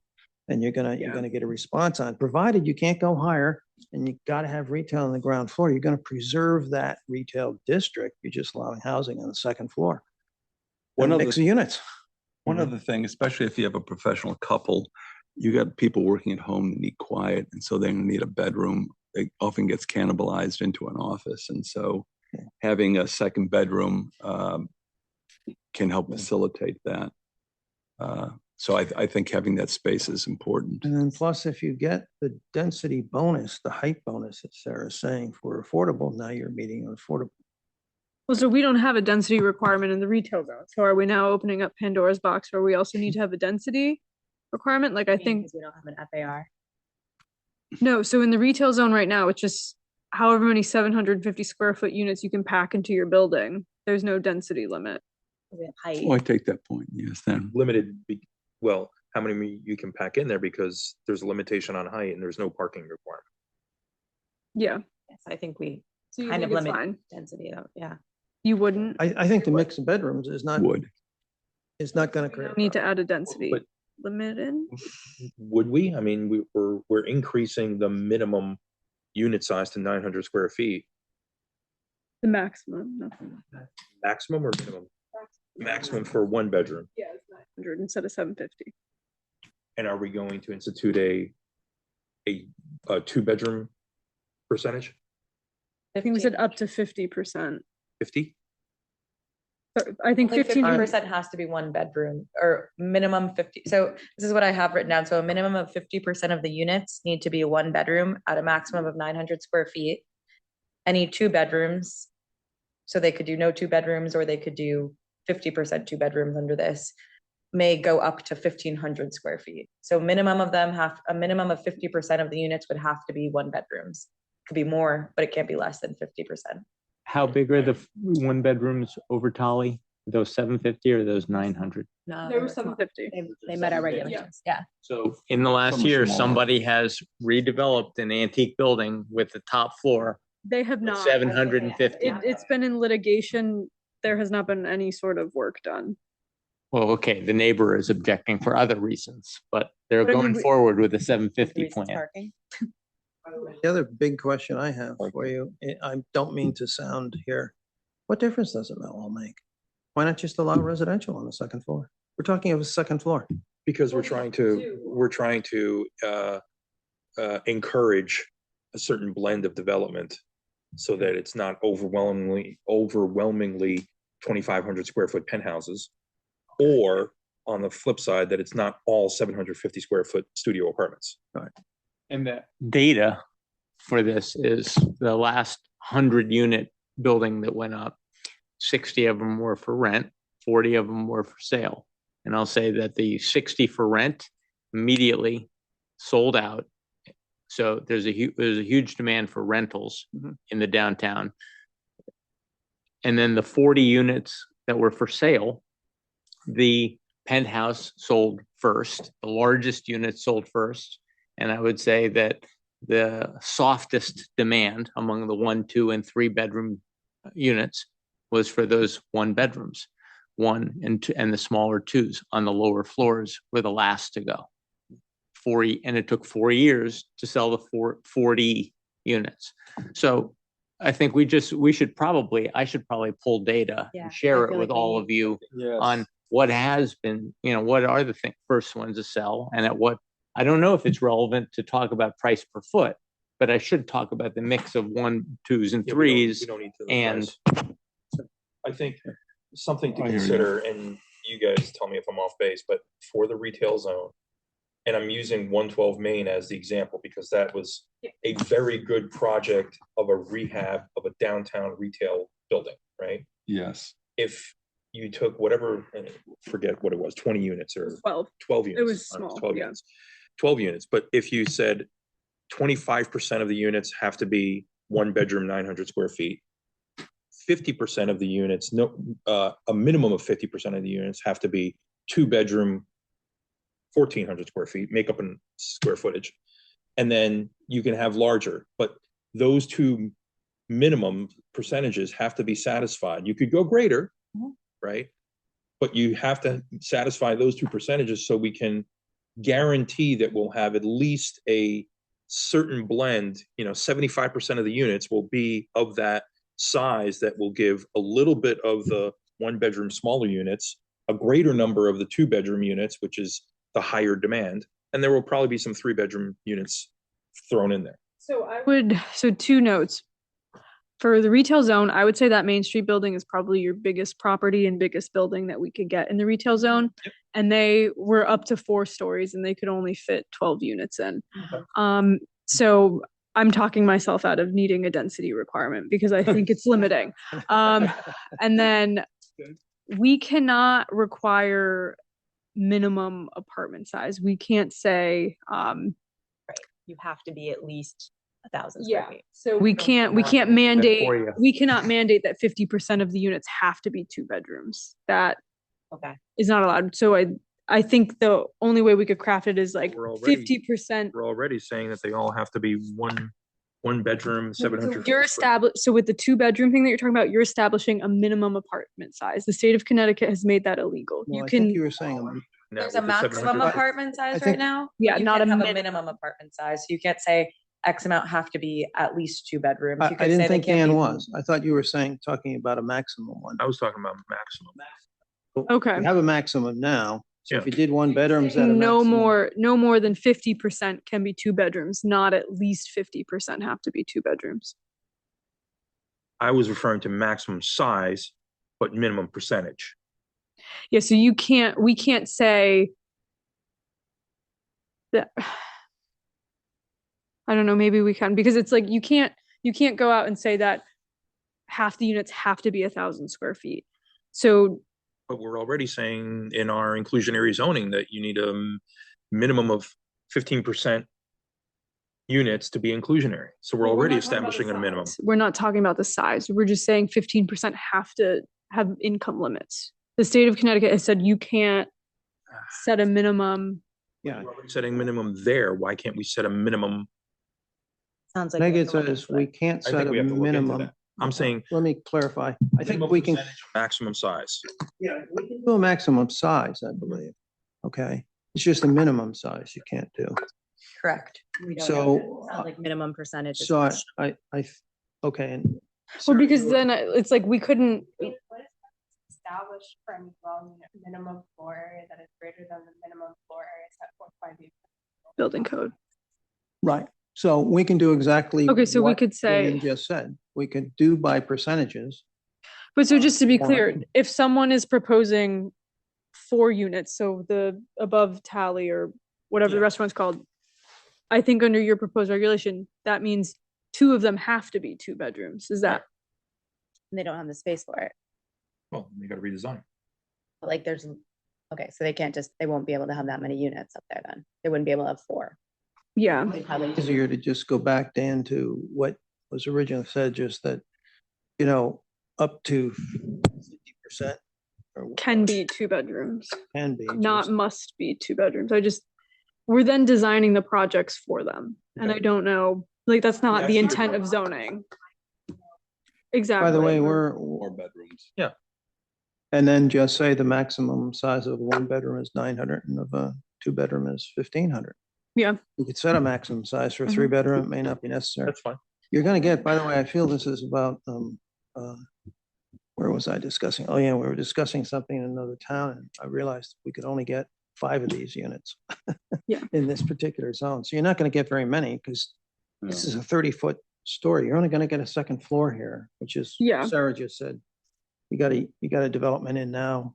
its maximum is, well, how many units? 12? 12, and that was I mean, it never got built, but it was Yeah. gonna be So four you're gonna get a lot stories. of, if you get some applications and they keep to the zoning, you're gonna get 2 or 3 units on the second floor. That's about it. Well, Yeah. then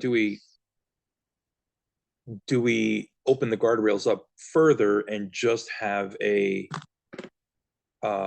minimum number of one bedroom or studio, whatever, under 900 square feet? Up to At 900 minimum. square. Yeah, foot. we had Let's say originally, it's 25%, What we originally said and was, then open it up to whatever, like, whatever else you can fit. whatever else you can fit. else you can fit. So up to 50% of them need to be 1 bedroom, not exceeding 900 square feet. A minimum then of the rest. 50% of them have to be 1 bedroom. So Yeah, that's what you said yeah. up to 50% have to Yeah. be 1 bedroom, a So minimum. quarter. I was saying a quarter, not. quarter. All right, So a just- minimum of 25% of them have to be 1 bedroom bedroom. at Then 900 after square that- feet, and then let them do the rest that they Let want. them deal with the rest of it. Maybe that's. So at least Yeah. if you have 4 Yeah, units, the at rest least it's one up will to be you. 1 bedroom. So my only question is what do we do with like half percentages? Because like 25%, we're not gonna get a whole number often. So is it at least 1? And then if you're at 1.2, do you get to round down? Like what do we do with the percentages? What we normally do is just what normally a mathematician would do, and that is if you use, if it's 1.5 and under, you round down, or You round down or round up. 1.6 and up, you round up. So then it's That's a it. minimum of providing 1. So like if you're only building 2 units, at least 1 has to At be. least one that Okay. has to be a 1 bedroom with a maximum size of 900 square feet. Okay. And then And that keeps it easy. And then the rest is his choice, his or her Minimum. choice. Well, there has to be a minimum of 1. And then are we requiring parking for 1 bedroom units in the retail zone? No. I wouldn't change it. I'd just We leave don't it. currently, no. So and then Are we requiring parking for the units over? So does it say that in your zoning? we do not require parking at all in the retail zones. So we'd Does be, it say that? I believe it does. we were looking in the parking. That's why we call standards, it the magic circle. and Unfortunately, doesn't say the magic. It does circle not in say the magic zoning circle. regs. You gotta live in town to know that. Yeah. Both of them. Sarah, a question for you, my ignorance. How many apartments do we have in the Magic? That's a wonderful question. I don't know the answer to. I can think of I'd say only 2. no, there's No, more than there- that. I mean, there are apartments, I believe it's above the Greenology Yep. unit. And I mean, I would say there are families that live in those units. There's a school bus that I get stuck Maximum by size every is day. greater than But, 900 square feet. Right. But so, I mean, there are families living in those 750 square foot Yeah, apartments. You just need 1. That's it. And then And after then that, you you round. round That's when you retail normally B, round. so it's If different. 1.2, you go down. If it's Well, okay, 1.6, well, it's gonna be you go up. retail. Find a way to put it in. So right now in retail Yeah, B, no, they that's- get that's larger it. units. So retail B Rest has of it way is bigger whatever they want. units than, This Good idea. is, yeah. Just to Okay. confirm that Thank parking is only not required for bedrooms, or, yeah. If there's a- yeah, 1 We space. don't require parking for anything in retail A, correct. But they were asking, for any Yeah. uses. For any uses? well, we don't require parking for any uses in the retail A zone right now. But we're talking about adding a requirement for parking? Yeah, I Well, guess so that for, would be for for 2 the- bedroom units, it sounds Bigger like. than 1 bedroom, that's what I'm hearing people say. Is that we'd add a requirement for parking, it's not gonna be able to be on site. They'd have to like lease off-site parking. It'd be 1 Probably would only parking cover- space per unit for 2 or more bedroom unit. That's Mhm. the number what we're thinking about. I would I would think. think Okay. so. I'm okay with that. But the conservation district will be, because there's separate parking requirements, parking standards. Yeah, so the parking standards that are in the conservation district would apply to the retail zone potentially, so I think we should come. If they allow parking, if I recall state law, it's one parking spot for a studio and a 1 bedroom. But they And would then- still keep that yeah, exception. in. Yes, yeah. I think what they're saying is that if it's a 1 bedroom, it doesn't require a parking spot. So Don't for, require it now. just to answer Suzanne and Emily's question about the retail A provision, it's section 6.2B as in boy 1. It's on page 137. Where There's no parking. it says no off-street motor vehicle parking facilities or off-street loading spaces shall be required within the retail A zone. Okay, so, So Yeah. do you want to keep that, or do you want to say there's one exception? That is, if you do a 2-bedroom or more, you need to have one parking spot. Yeah, I don't care. we can't be naive to assume that it's not going to have an impact if you're doing, 2-bedroom or greater, that Yeah. they're not going to have any cars. But with the market, like, would you even do that If you didn't have parking? No, You I wouldn't just stick build a to one. 2-bedroom unit Yeah. If there was no parking for your building, would you? The state. A maximum, How are you gonna right? rent that? The state's a maximum. We can do a lot Just less wondering than if the that maximum. controls Yeah. it itself, like. And I mean, not like, I don't actually think we're overcomplicating this. When you all approved 112 Main and the 112 Main text change, you were going to require parking Yeah. for the building. Yeah. And, that went okay. We were able to get it Agree. approved and, you approved larger units. So So you're saying you are in favor of Yeah, I one mean, like- parking space per unit over 1-bedroom size? personally, no, I understand your thinking and I think it's fine. Go down that path. I wouldn't personally. I just think like it's the magic circle. Spend the magic circle. I think the market would control it fine, but you all have to be comfortable with it. So What do you guys think? On this one, it's, I don't think you need to require the, Okay. on this one, I think it's hard for me I don't know the market, but, from what I Lots. hear from developers that come into my office, they can't build housing in New Canaan without parking. without Like parking, it's yeah. just, My God, they're smart. The units I'm familiar with from other places, like, well, even my hometown, even Madison, we've got these units that new units have just been built in something called the Muse. It's a little different. It's downtown Madison, but they do require parking for a 2-bed. You got to have the marketing. I mean, you can leave it. I don't feel strongly on this, but I would think you might want to require one space. I think any unit, 2 bedrooms or greater, would require a minimum of 1 space. One space. Yeah, Okay, that's so easy. It would yeah. keep the exception, keep the existing regulation, but make an exception for units with 2 bedrooms or greater require at least require one space. One minimum. Would be space. my Or more recommendation. 2 or more bedrooms, yeah. More one. 2 or more bedrooms. not keeping the regulation the same. Well, there would be What an regulation are you talking about? Sorry. parking being exempt Okay, in retail A. yeah. Yeah. In retail A, the only exception we'd make is we'd say for 2 bedrooms or more, you'd require 1 parking spot. But no other uses in retail A will require parking. Well, in the retail zone. In the retail, the yes, retail yes, zone. correct, in the retail zone. Yeah. Yep. Yes, okay, so that would just say this, Yeah. okay. So we can revise that language for the following meeting or send it ahead of time for you all to review. Yeah. I think it's, Can I raise a sort of related issue, slightly different though? But when we go to the business zone and we talk about dwellings in mixed use development, we don't have a cap on the size. Instead, we have a cap on the density. And I'm wondering, A, if that cap on density is redundant with having an FAR, and B, would it be more consistent with what we just talked about in retail to put some sort of cap on the size? So, yeah, that's on 11, page 11. Yeah, C. I know we haven't gone over Yeah, business yeah. yet, but I just thought Just since we're making sure talking about everyone's on the same page, residential. yeah. So the cap on FAR is different because it's the square footage over the property. So this says the total number of dwelling units. Number of dwellings over the area of property.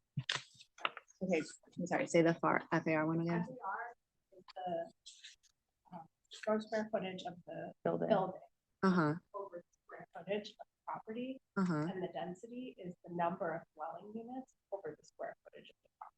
But I guess I'm asking the first one isn't some level of cap on the second one. The second one controls the number of units you can have. Right, so I guess I'm saying, is it redundant to have both? I know they're not gonna give us the same number, but are you capping it in 2 different ways? I don't know what your building code's minimum unit size is, but. It's say like 400 yeah, something, yeah. Then like your maximum density, if you don't have a cap, would be 400 square foot units on the, however many of those you could fit in the area of the property. And that would be your highest density. But it's unlikely that that would be built based on the conversation that we've been having about New Cambridge market.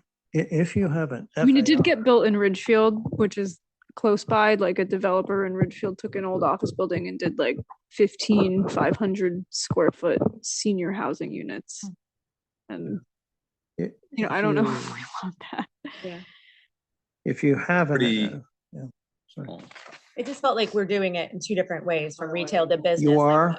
Can we be and- more consistent, or is there a good reason to do it? And if you want to choose only one, I would choose the FAR for the reason that the FAR is controlling your total square footage in the building. Mhm. Now, within that, you can do Well, we're also retail, you can do office, you can do residential units. for inclusionary. So, So I would just really quickly, I would say, the state is making us change a lot of things, and there's about to be a lot of uncertainty, I think, with the market as a result of these changes. I wouldn't recommend getting rid of the density right now. I would wait until a developer came and had a meaningful argument as to why you should get rid of the density requirement. You've had Burtis Ave get built at this density, you've had the Houston Lane development get built at which this density, density. Sarah? The 1 1500? unit per Oh, okay. 1500. Because FAR, they both control density. Yeah, but I'm And- just talking about the density specifically because that's what Commissioner Nielsen brought up. We haven't gotten complaints about the density, so why not leave it until someone has a compelling argument instead of us just kind of Okay. trying to play chess against ourselves. For level of belts and suspenders that's not contested right now. Yeah. Inclusionary zoning, what we're gonna talk about is basing that on density bonus. So, well, it is. kind of Using already that- based on this. Yeah. Yeah, using this density. Yeah, so if you reduce the allowable density, that's something that we're trying to use as an incentive. Yeah, units per acre is what you mean, right? Yeah. Emily, you're talking about units per acre as opposed to Yeah. FAR. Yeah, Yeah, so Yeah, so as that's what Sarah we said, let's actually- keep them both then. yeah. But on the inverse side, should we have units per acre in the retail zone?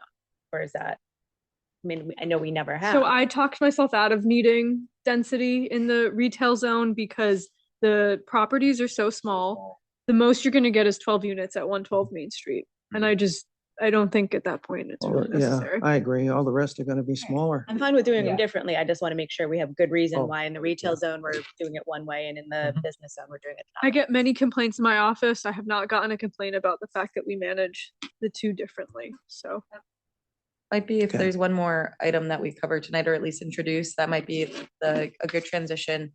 On inclusionary zoning, we talked with Sarah about the existing density bonus in the business zone of 1,500 square feet per lot area. it's noted on your agenda, by Yeah, the way. So that's that BFJ for handed out.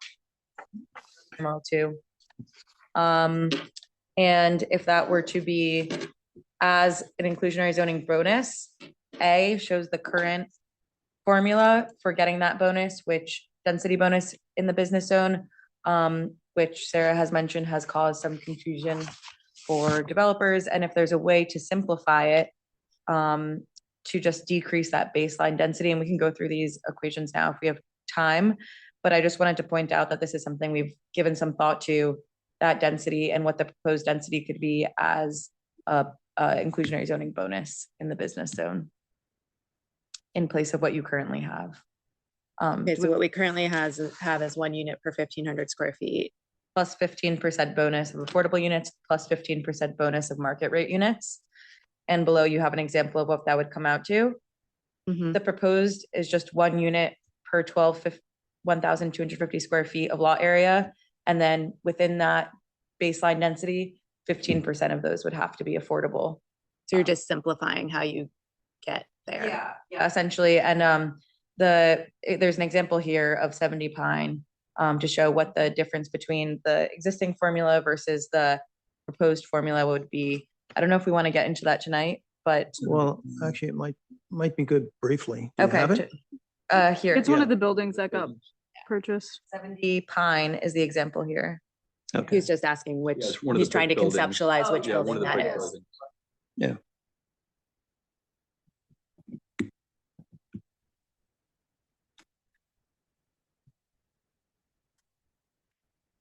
And so I have the existing regulation pulled up just for everyone's reference, going back to the FAR real quick. Basically the affordable units are exempt from FAR, but the rest of the residential development is still required to meet FAR.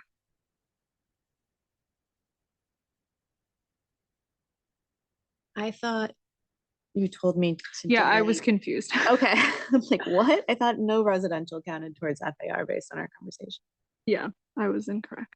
Okay. Sarah, you're saying that the FAR again, So the FAR applies to residential development, just not the affordable units. right? Yeah.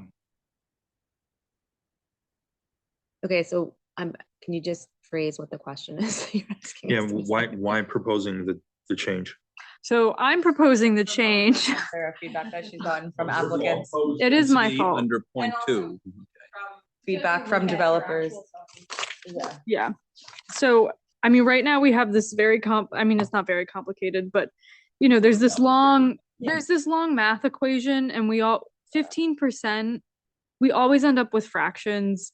And then you have the bonus and it's just, I mean, you get basically the same exact math by doing this much simpler equation. And I mean, frankly, you're getting an extra affordable unit in this 0.79 example. I'm okay with this. Looks good to Um, me.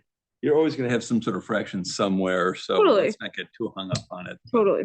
The formula, I don't know if you could see it on the screen. I think some of the other important questions are 3 and 4. The bonus should apply to a fee in lieu.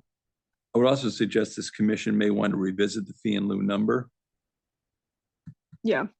Fee in lieu It's been number a couple years. maybe a little low, right? That's the kind of number that needs to be refreshed on a regular basis, so I will. You mean put that on- doubled? Well, yeah.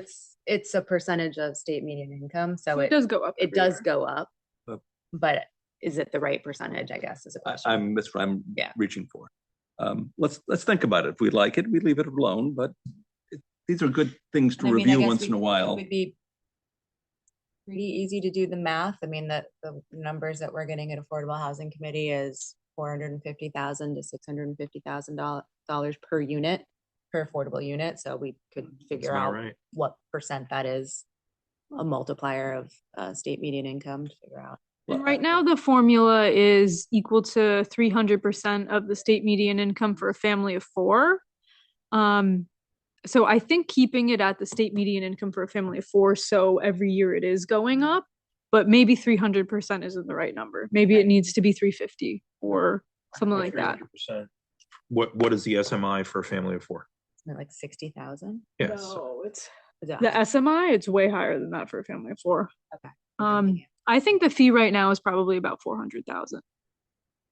But you have to compare that to building costs and so forth, and they may vary in a different or increase in a different rate than the increase in average median income. And so ultimately it's used to the fee in lieu is used to buy or build Future units. another unit. And so you want it to be enough to actually build a unit. Yeah. Right. So that's why I'm thinking we want to revisit it. And We the don't math. want to make it a The discount amount of it. vis-a-vis an actual unit. We wanted to make it indifferent was the idea. Right. This is Yeah, the state, yeah. Connecticut state median income, 2025 to 2026. Oh, what? The median family income, it's 124,000 For 2020, for fiscal year 25 oh, 20. on HUD. So 375, let's call it, Yeah, these numbers sounded low. for the to me. fee in lieu, You which want me to is say that? significantly less than what Speak it will up. take to build a unit. You Our, know, our please. housing authority just spent $700,000 per door, and he Yep. can't find anything in town to buy or develop for less than 700,000 Yep. per door. So I'm just No, please do. emphasizing That what you're 300% saying, which does need is to be. we can't replace them for 400,000 a door. Yeah. I mean, I assume the goal in theory is you don't want them paying the fee in Right. lieu. I You was gonna want say, them when I providing the wrote unit. this, the point was, we don't want the fee in lieu as just a, we'll pay you off. Be so a we can- discount. Right. Yeah. You want it to be equal Yeah. You to want what to be it would equal. actually maybe we cost. jack Shouldn't it be up an to The idea was to incentive. make the person Yeah. indifferent between the two, so there has to be a market rate fee in lieu. So we can make sure we have That- the correct numbers for the state median income Yeah. and then show Yeah. you what that would be for the family of four. That way you have a better understanding Yeah, of what the I estimate think though that this may not be written, it depends on how you write this into the zoning, because it's gonna change every year, right? Yeah, and I mean, the way it's written right now works because it's a state median income for a family of four, and we know every year it's Right. gonna It's go gonna up. go up. Yeah, Increase. Yeah, Instead of exactly. 300%, it goes to 500%. 100%. Yeah. But we Yeah. can show you what those potential percentages Yeah. would be right now. yeah. Yeah. Two So then- questions, oh, sorry. I was just gonna say, going back to question 3, it seems Yeah. like if, we don't want the fee, then the bonus density shouldn't apply if you're doing the fee in lieu. Like, you Exactly. shouldn't get extra units. Right. If you- Yeah. Just because you paid a fee, because that's just gonna give them extra market rate units. Yeah. So That's a good point. I don't Mhm. think that Yeah, it's a good makes point. sense. Do it then, has anybody done it? I think people have done it for like a partial unit because right now it's Yeah. written that I you mean, have to round generally, you up. put yourself in the developer's point of view.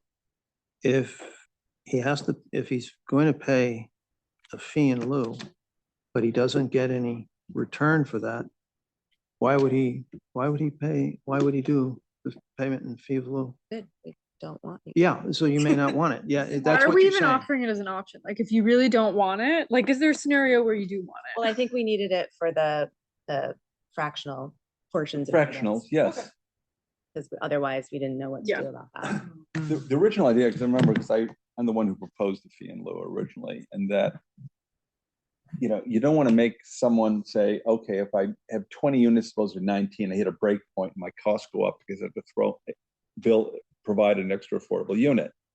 So we wanted to make the person indifferent and say, well, okay, you can build 19. So you look at the 3 affordables you do because it's 15, and then it's 4/5 of whatever we think that unit is worth, and you write us a check for that for the fractional. Yeah. So you become indifferent. You say, well, whether it's 19, 18, or 20, at the end of the day, it costs the same for me, which was what we decided. But having a fee in lieu of a unit, I'm not in favor of. You do that only for the fractionals. And we want to be sure it's the right number so that we are funding our housing authorities so they can build more housing. I think But Commissioner wouldn't you Engel encourage the fee in lieu then? Under that logic? You know what, the Only for main reason fractionals. is because it changes the nature of the building. So even if you made it expensive and you said you have the option of fee in lieu, but it's expensive, some of these developers will take that option because they'll take a 24 unit development and they'll say, I'd rather not characterize this as a mixed development. I'd rather really position it in the market as a luxury, purely luxury with amenities. I don't know how I'm going to offer these fabulous luxury amenities to people and say, but some of the units are affordable. So from a positioning, a marketing standpoint, developers want the option of fee in lieu. And if you're, and I wouldn't necessarily say no, you just might have to make it expensive enough so that Right. it's, so that those units can truly be replaced in the market. $700,000 plus per unit. So if you keep them, but you make Yeah, so we this- up the fee. it Yeah, sounds you like. just Make the up the fee. percentage You just higher. make the percentage higher so that it achieves that. Mhm. Okay, what about item 4? If inclusionary zoning fee should apply only the market rate development? So I guess for background, every building permit that has new construction, so if you're doing an addition, you're putting a detached garage on your property, you're building a new single family home, you're paying an inclusionary zoning fee. And same thing with like Burtis Avenue, they had to pay an inclusionary zoning fee. And is the question that Burtis Ave, like as an example, shouldn't have paid it, or just we shouldn't include the cost of developing the affordable units? So if you look at the screen now, so market rate units in an affordable development shall be assessed the inclusionary housing fee. So the idea that we had discussed was that if a development is taking advantage of the inclusionary zoning, if they're already investing in creating affordable housing through their development, should they then be paying again into the inclusionary zoning fee on top of that for the market rate units in the development? So if a development takes advantage of the inclusionary zoning and is providing affordable housing, should they then still have to pay the inclusionary zoning fee for those market rate units within that same development? Seems like a double taxation, but I hear you, and yet, Yeah. I mean, I guess we've only had one example, but nobody's complained. I think the I'd leave impetus it. was also because from what we heard from Sarah at the outset of this project, there was a question about why there hasn't been more interest in the inclusionary true. zoning. And so we were finding ways to sort of think about what the developers were saying during our meeting and what we've seen other places, that what are ways that this would be, if that's something you wanted it to be, more attractive to developers. And this was one idea. to get them to actually do the Yeah. inclusion. Yeah. I think that's fair. I mean, because as somebody who crafted this originally, I wondered, like, should we increase the density bonus, all these things, but I don't know that the town has an appetite for more density than, I mean, I think we've really Right, kind yeah, of I think maxed your out. density bonus works. So if we have to give something, I would concede this is What something if- I would give. What if it was a situation where the developer took advantage of the fee in lieu and paid for fee in lieu, to John's example, Mhm. where they're all market rate units? Are we then also keeping the inclusionary zoning fee on top of that building permit as well as the fee in lieu? That could- Right now, yes, I would say, but yeah. Could be an exception, or it could apply to those who pay the fee in lieu, or it could also be exempt. So that you could write that in essentially, Yeah. whether or not don't you'd want it now. to apply. We don't right now. They pay both. They pay Yes. both. Yeah. Yeah. Everybody pays. What we're saying is that, because again, I mean, since this regulation was written in 2021, we've only had Burtis Avenue Right. successfully utilize it. I mean, not done yet, so is it even successful? But we haven't even, we had the 112 main application, but I mean, that got approved and then it was immediately not financially feasible. So And we don't have any feedback on whether that was because of the affordable component or if that was because of the design. I mean, Or interest So, rates. I mean, I have a little more feedback on that. It may be coming to you guys Oh. down the road. So Someone else picked it up. it's been purchased. 120. It happened with Burtis 112? too. It Yeah. happened with Burtis originally. Yeah. So, I would think Second on time. item 4, though, if you want to encourage inclusionary housing, which I would think you would want to encourage it, Yeah. you don't want to sort of have them pay twice, they're paying the inclusionary fee and then they're providing the inclusionary housing. So they're kind of paying twice. It's very expensive. Per unit cost is very expensive. So they're internally subsidizing it already. I would say Burtis Ave paid like a 40,000 fee to us. I mean, I could actually check inclusionary that. zoning fee. It's $10 probably per $1,000 of $40,000. construction value. We have like a whole equation. Maybe it was 80,000. I should stop. I don't know. But in other words, Still to not a me, lot of you're, money given the cost of that development. yeah, you're It's- asking it's someone about- who's doing what you Small beer. want, providing affordable housing. And then you're charging them a fee for that. It sounds like a little bit of, But currently, we don't charge them a fee for the affordable units, only on the market rate units. So actually, I guess what I would say, because every year I'm looking at our permit fees. I do keep the zoning permit fees lower than other towns because we have this inclusionary zoning fee. So like if we were to get rid of it, Yeah. I would probably just up Yeah. zoning I would fees. keep it the way it is. To be honest. You're a clever person. It might be useful to see in that example what that fee was, just so the commission can get a good understanding Yeah. of how much of We an can pull impact that this up. would actually make.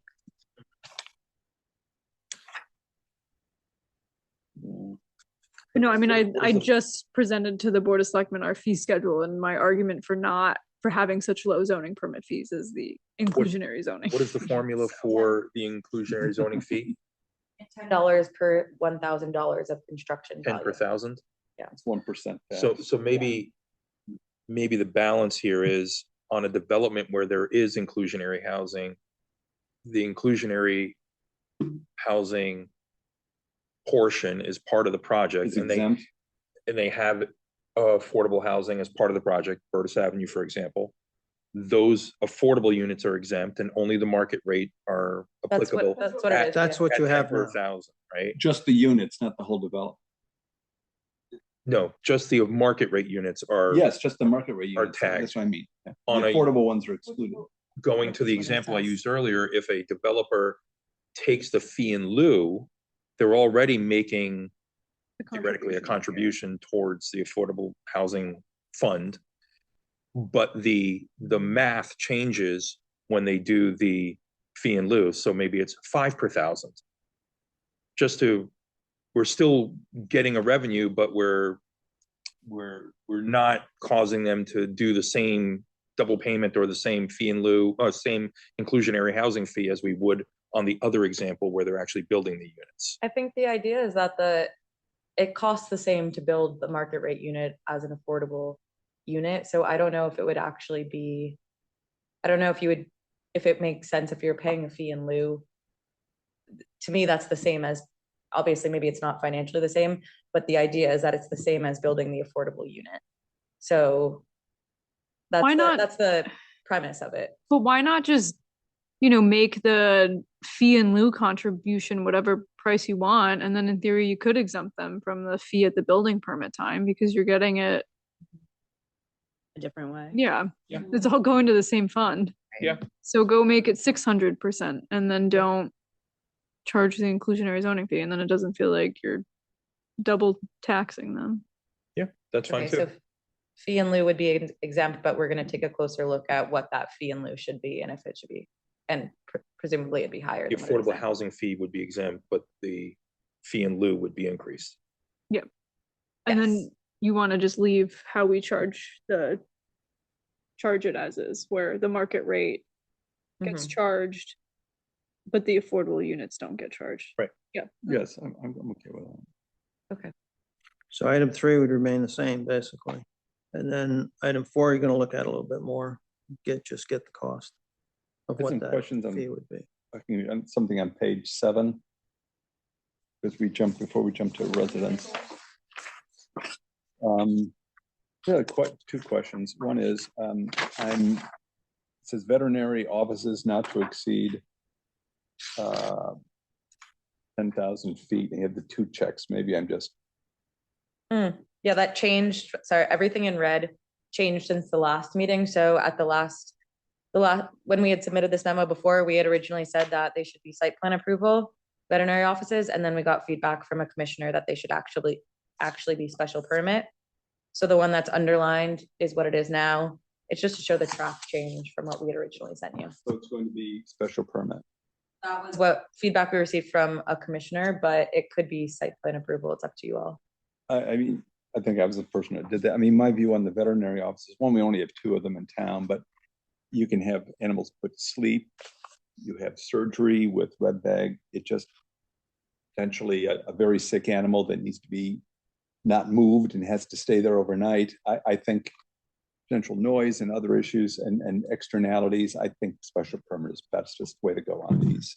You're really in a surgical medical office in any kind of veterinary office, even a small one. We're now proposing, Yeah. based on that comment. I would make it a concur special with that. permit.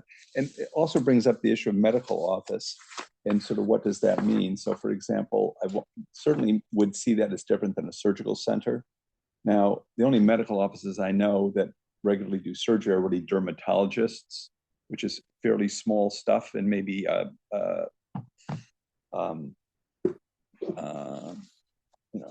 was it foot doctors? Mine's going blank. Podiatrist, yeah.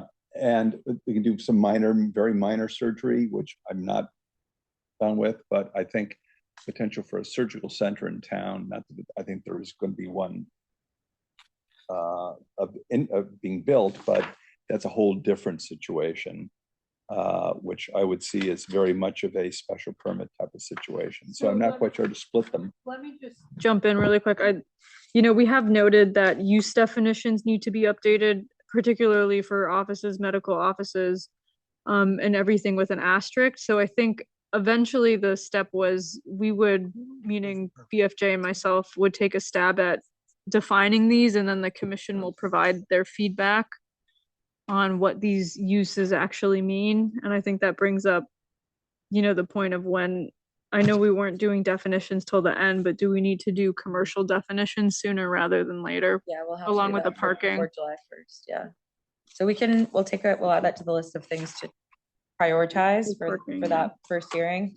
But yeah, everything that's asterisked on those 2 pages are definitions that we need to revisit based on, some of it is based on the fact that we've simplified the conditions. Before, some of the conditions had definitions written into them.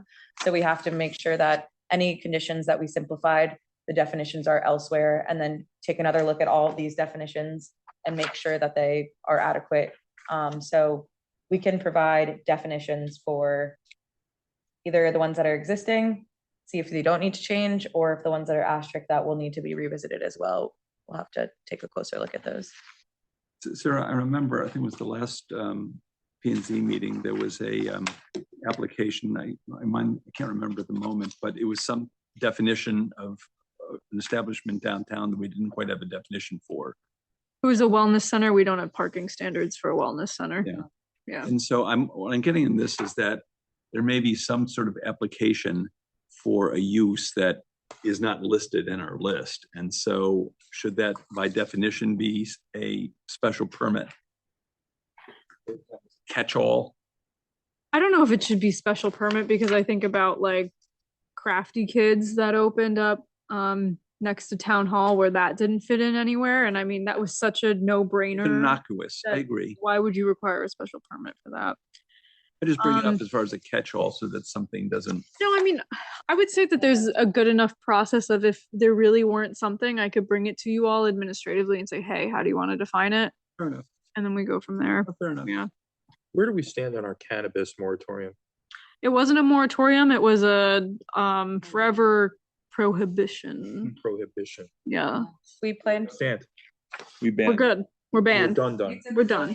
Now, but we Yeah. planned to relocate it because right now it's in the introduction to the business zone, which feels a little bit awkward. So we talked about moving it to the text of the uses and just in there say that cannabis establishments are not allowed in town.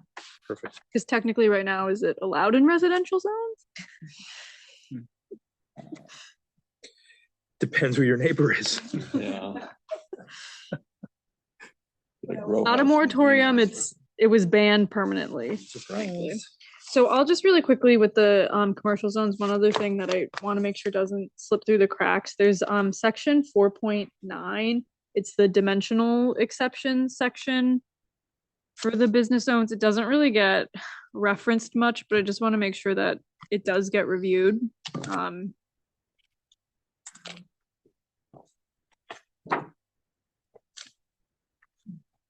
Yeah, I think we had said earlier that we were going to wait until the area and bulk Yeah, requirements word. and the zones were finalized. Okay. That way we could then make sure that all of the references align and that anything else is updated based on the new retail and business zone Okay. area and bulk standards. So Okay. we can definitely look at that now that we have a better idea. I guess Because we are moving forward Yeah. with the retail and business zone for now. And I So think we can like take that. the stuff we were talking about before, like where I'll send you the Locust Ave hotel exemptions, like I think this may be the location where like Yeah. you put Sarah, language you're like gonna that. send That's a us good idea. something on that, right? I will Yeah. tomorrow. Yeah, and the exemption section, that's a good Yeah. idea, yeah. Great. Or the special exceptions, okay. It's just a bug.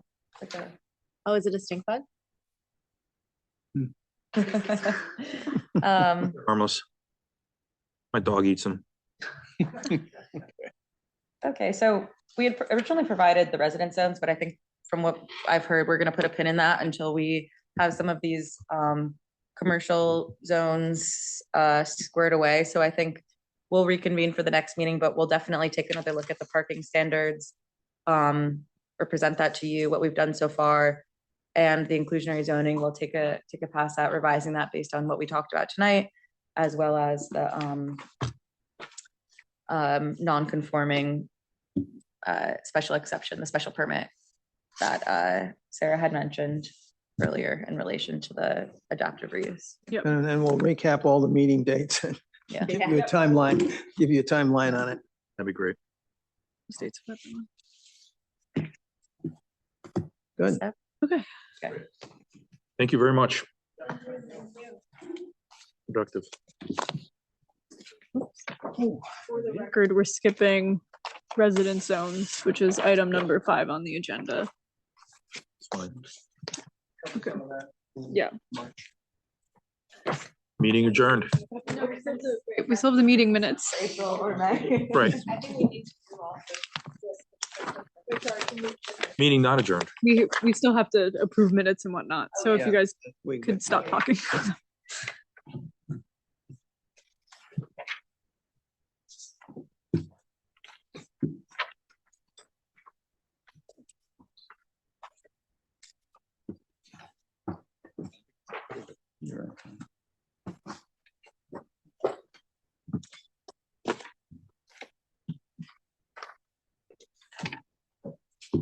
Did I forget to send the December 15th meeting minutes to you all? I think I did. He's right here. I think Lola printed them out to you, but I may not have emailed you the draft minutes when I sent, so we can push it to the next meeting. You want to punt?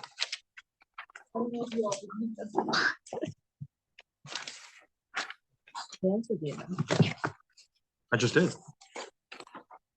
I'm gonna make a motion, but you can. I'll make a motion to approve the meeting minutes from the December 15th meeting. Show of hands. Approved. Second.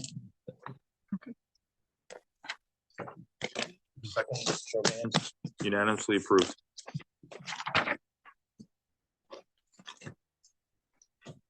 Meeting adjourned? Meeting adjourned. And we need to respond on the survey to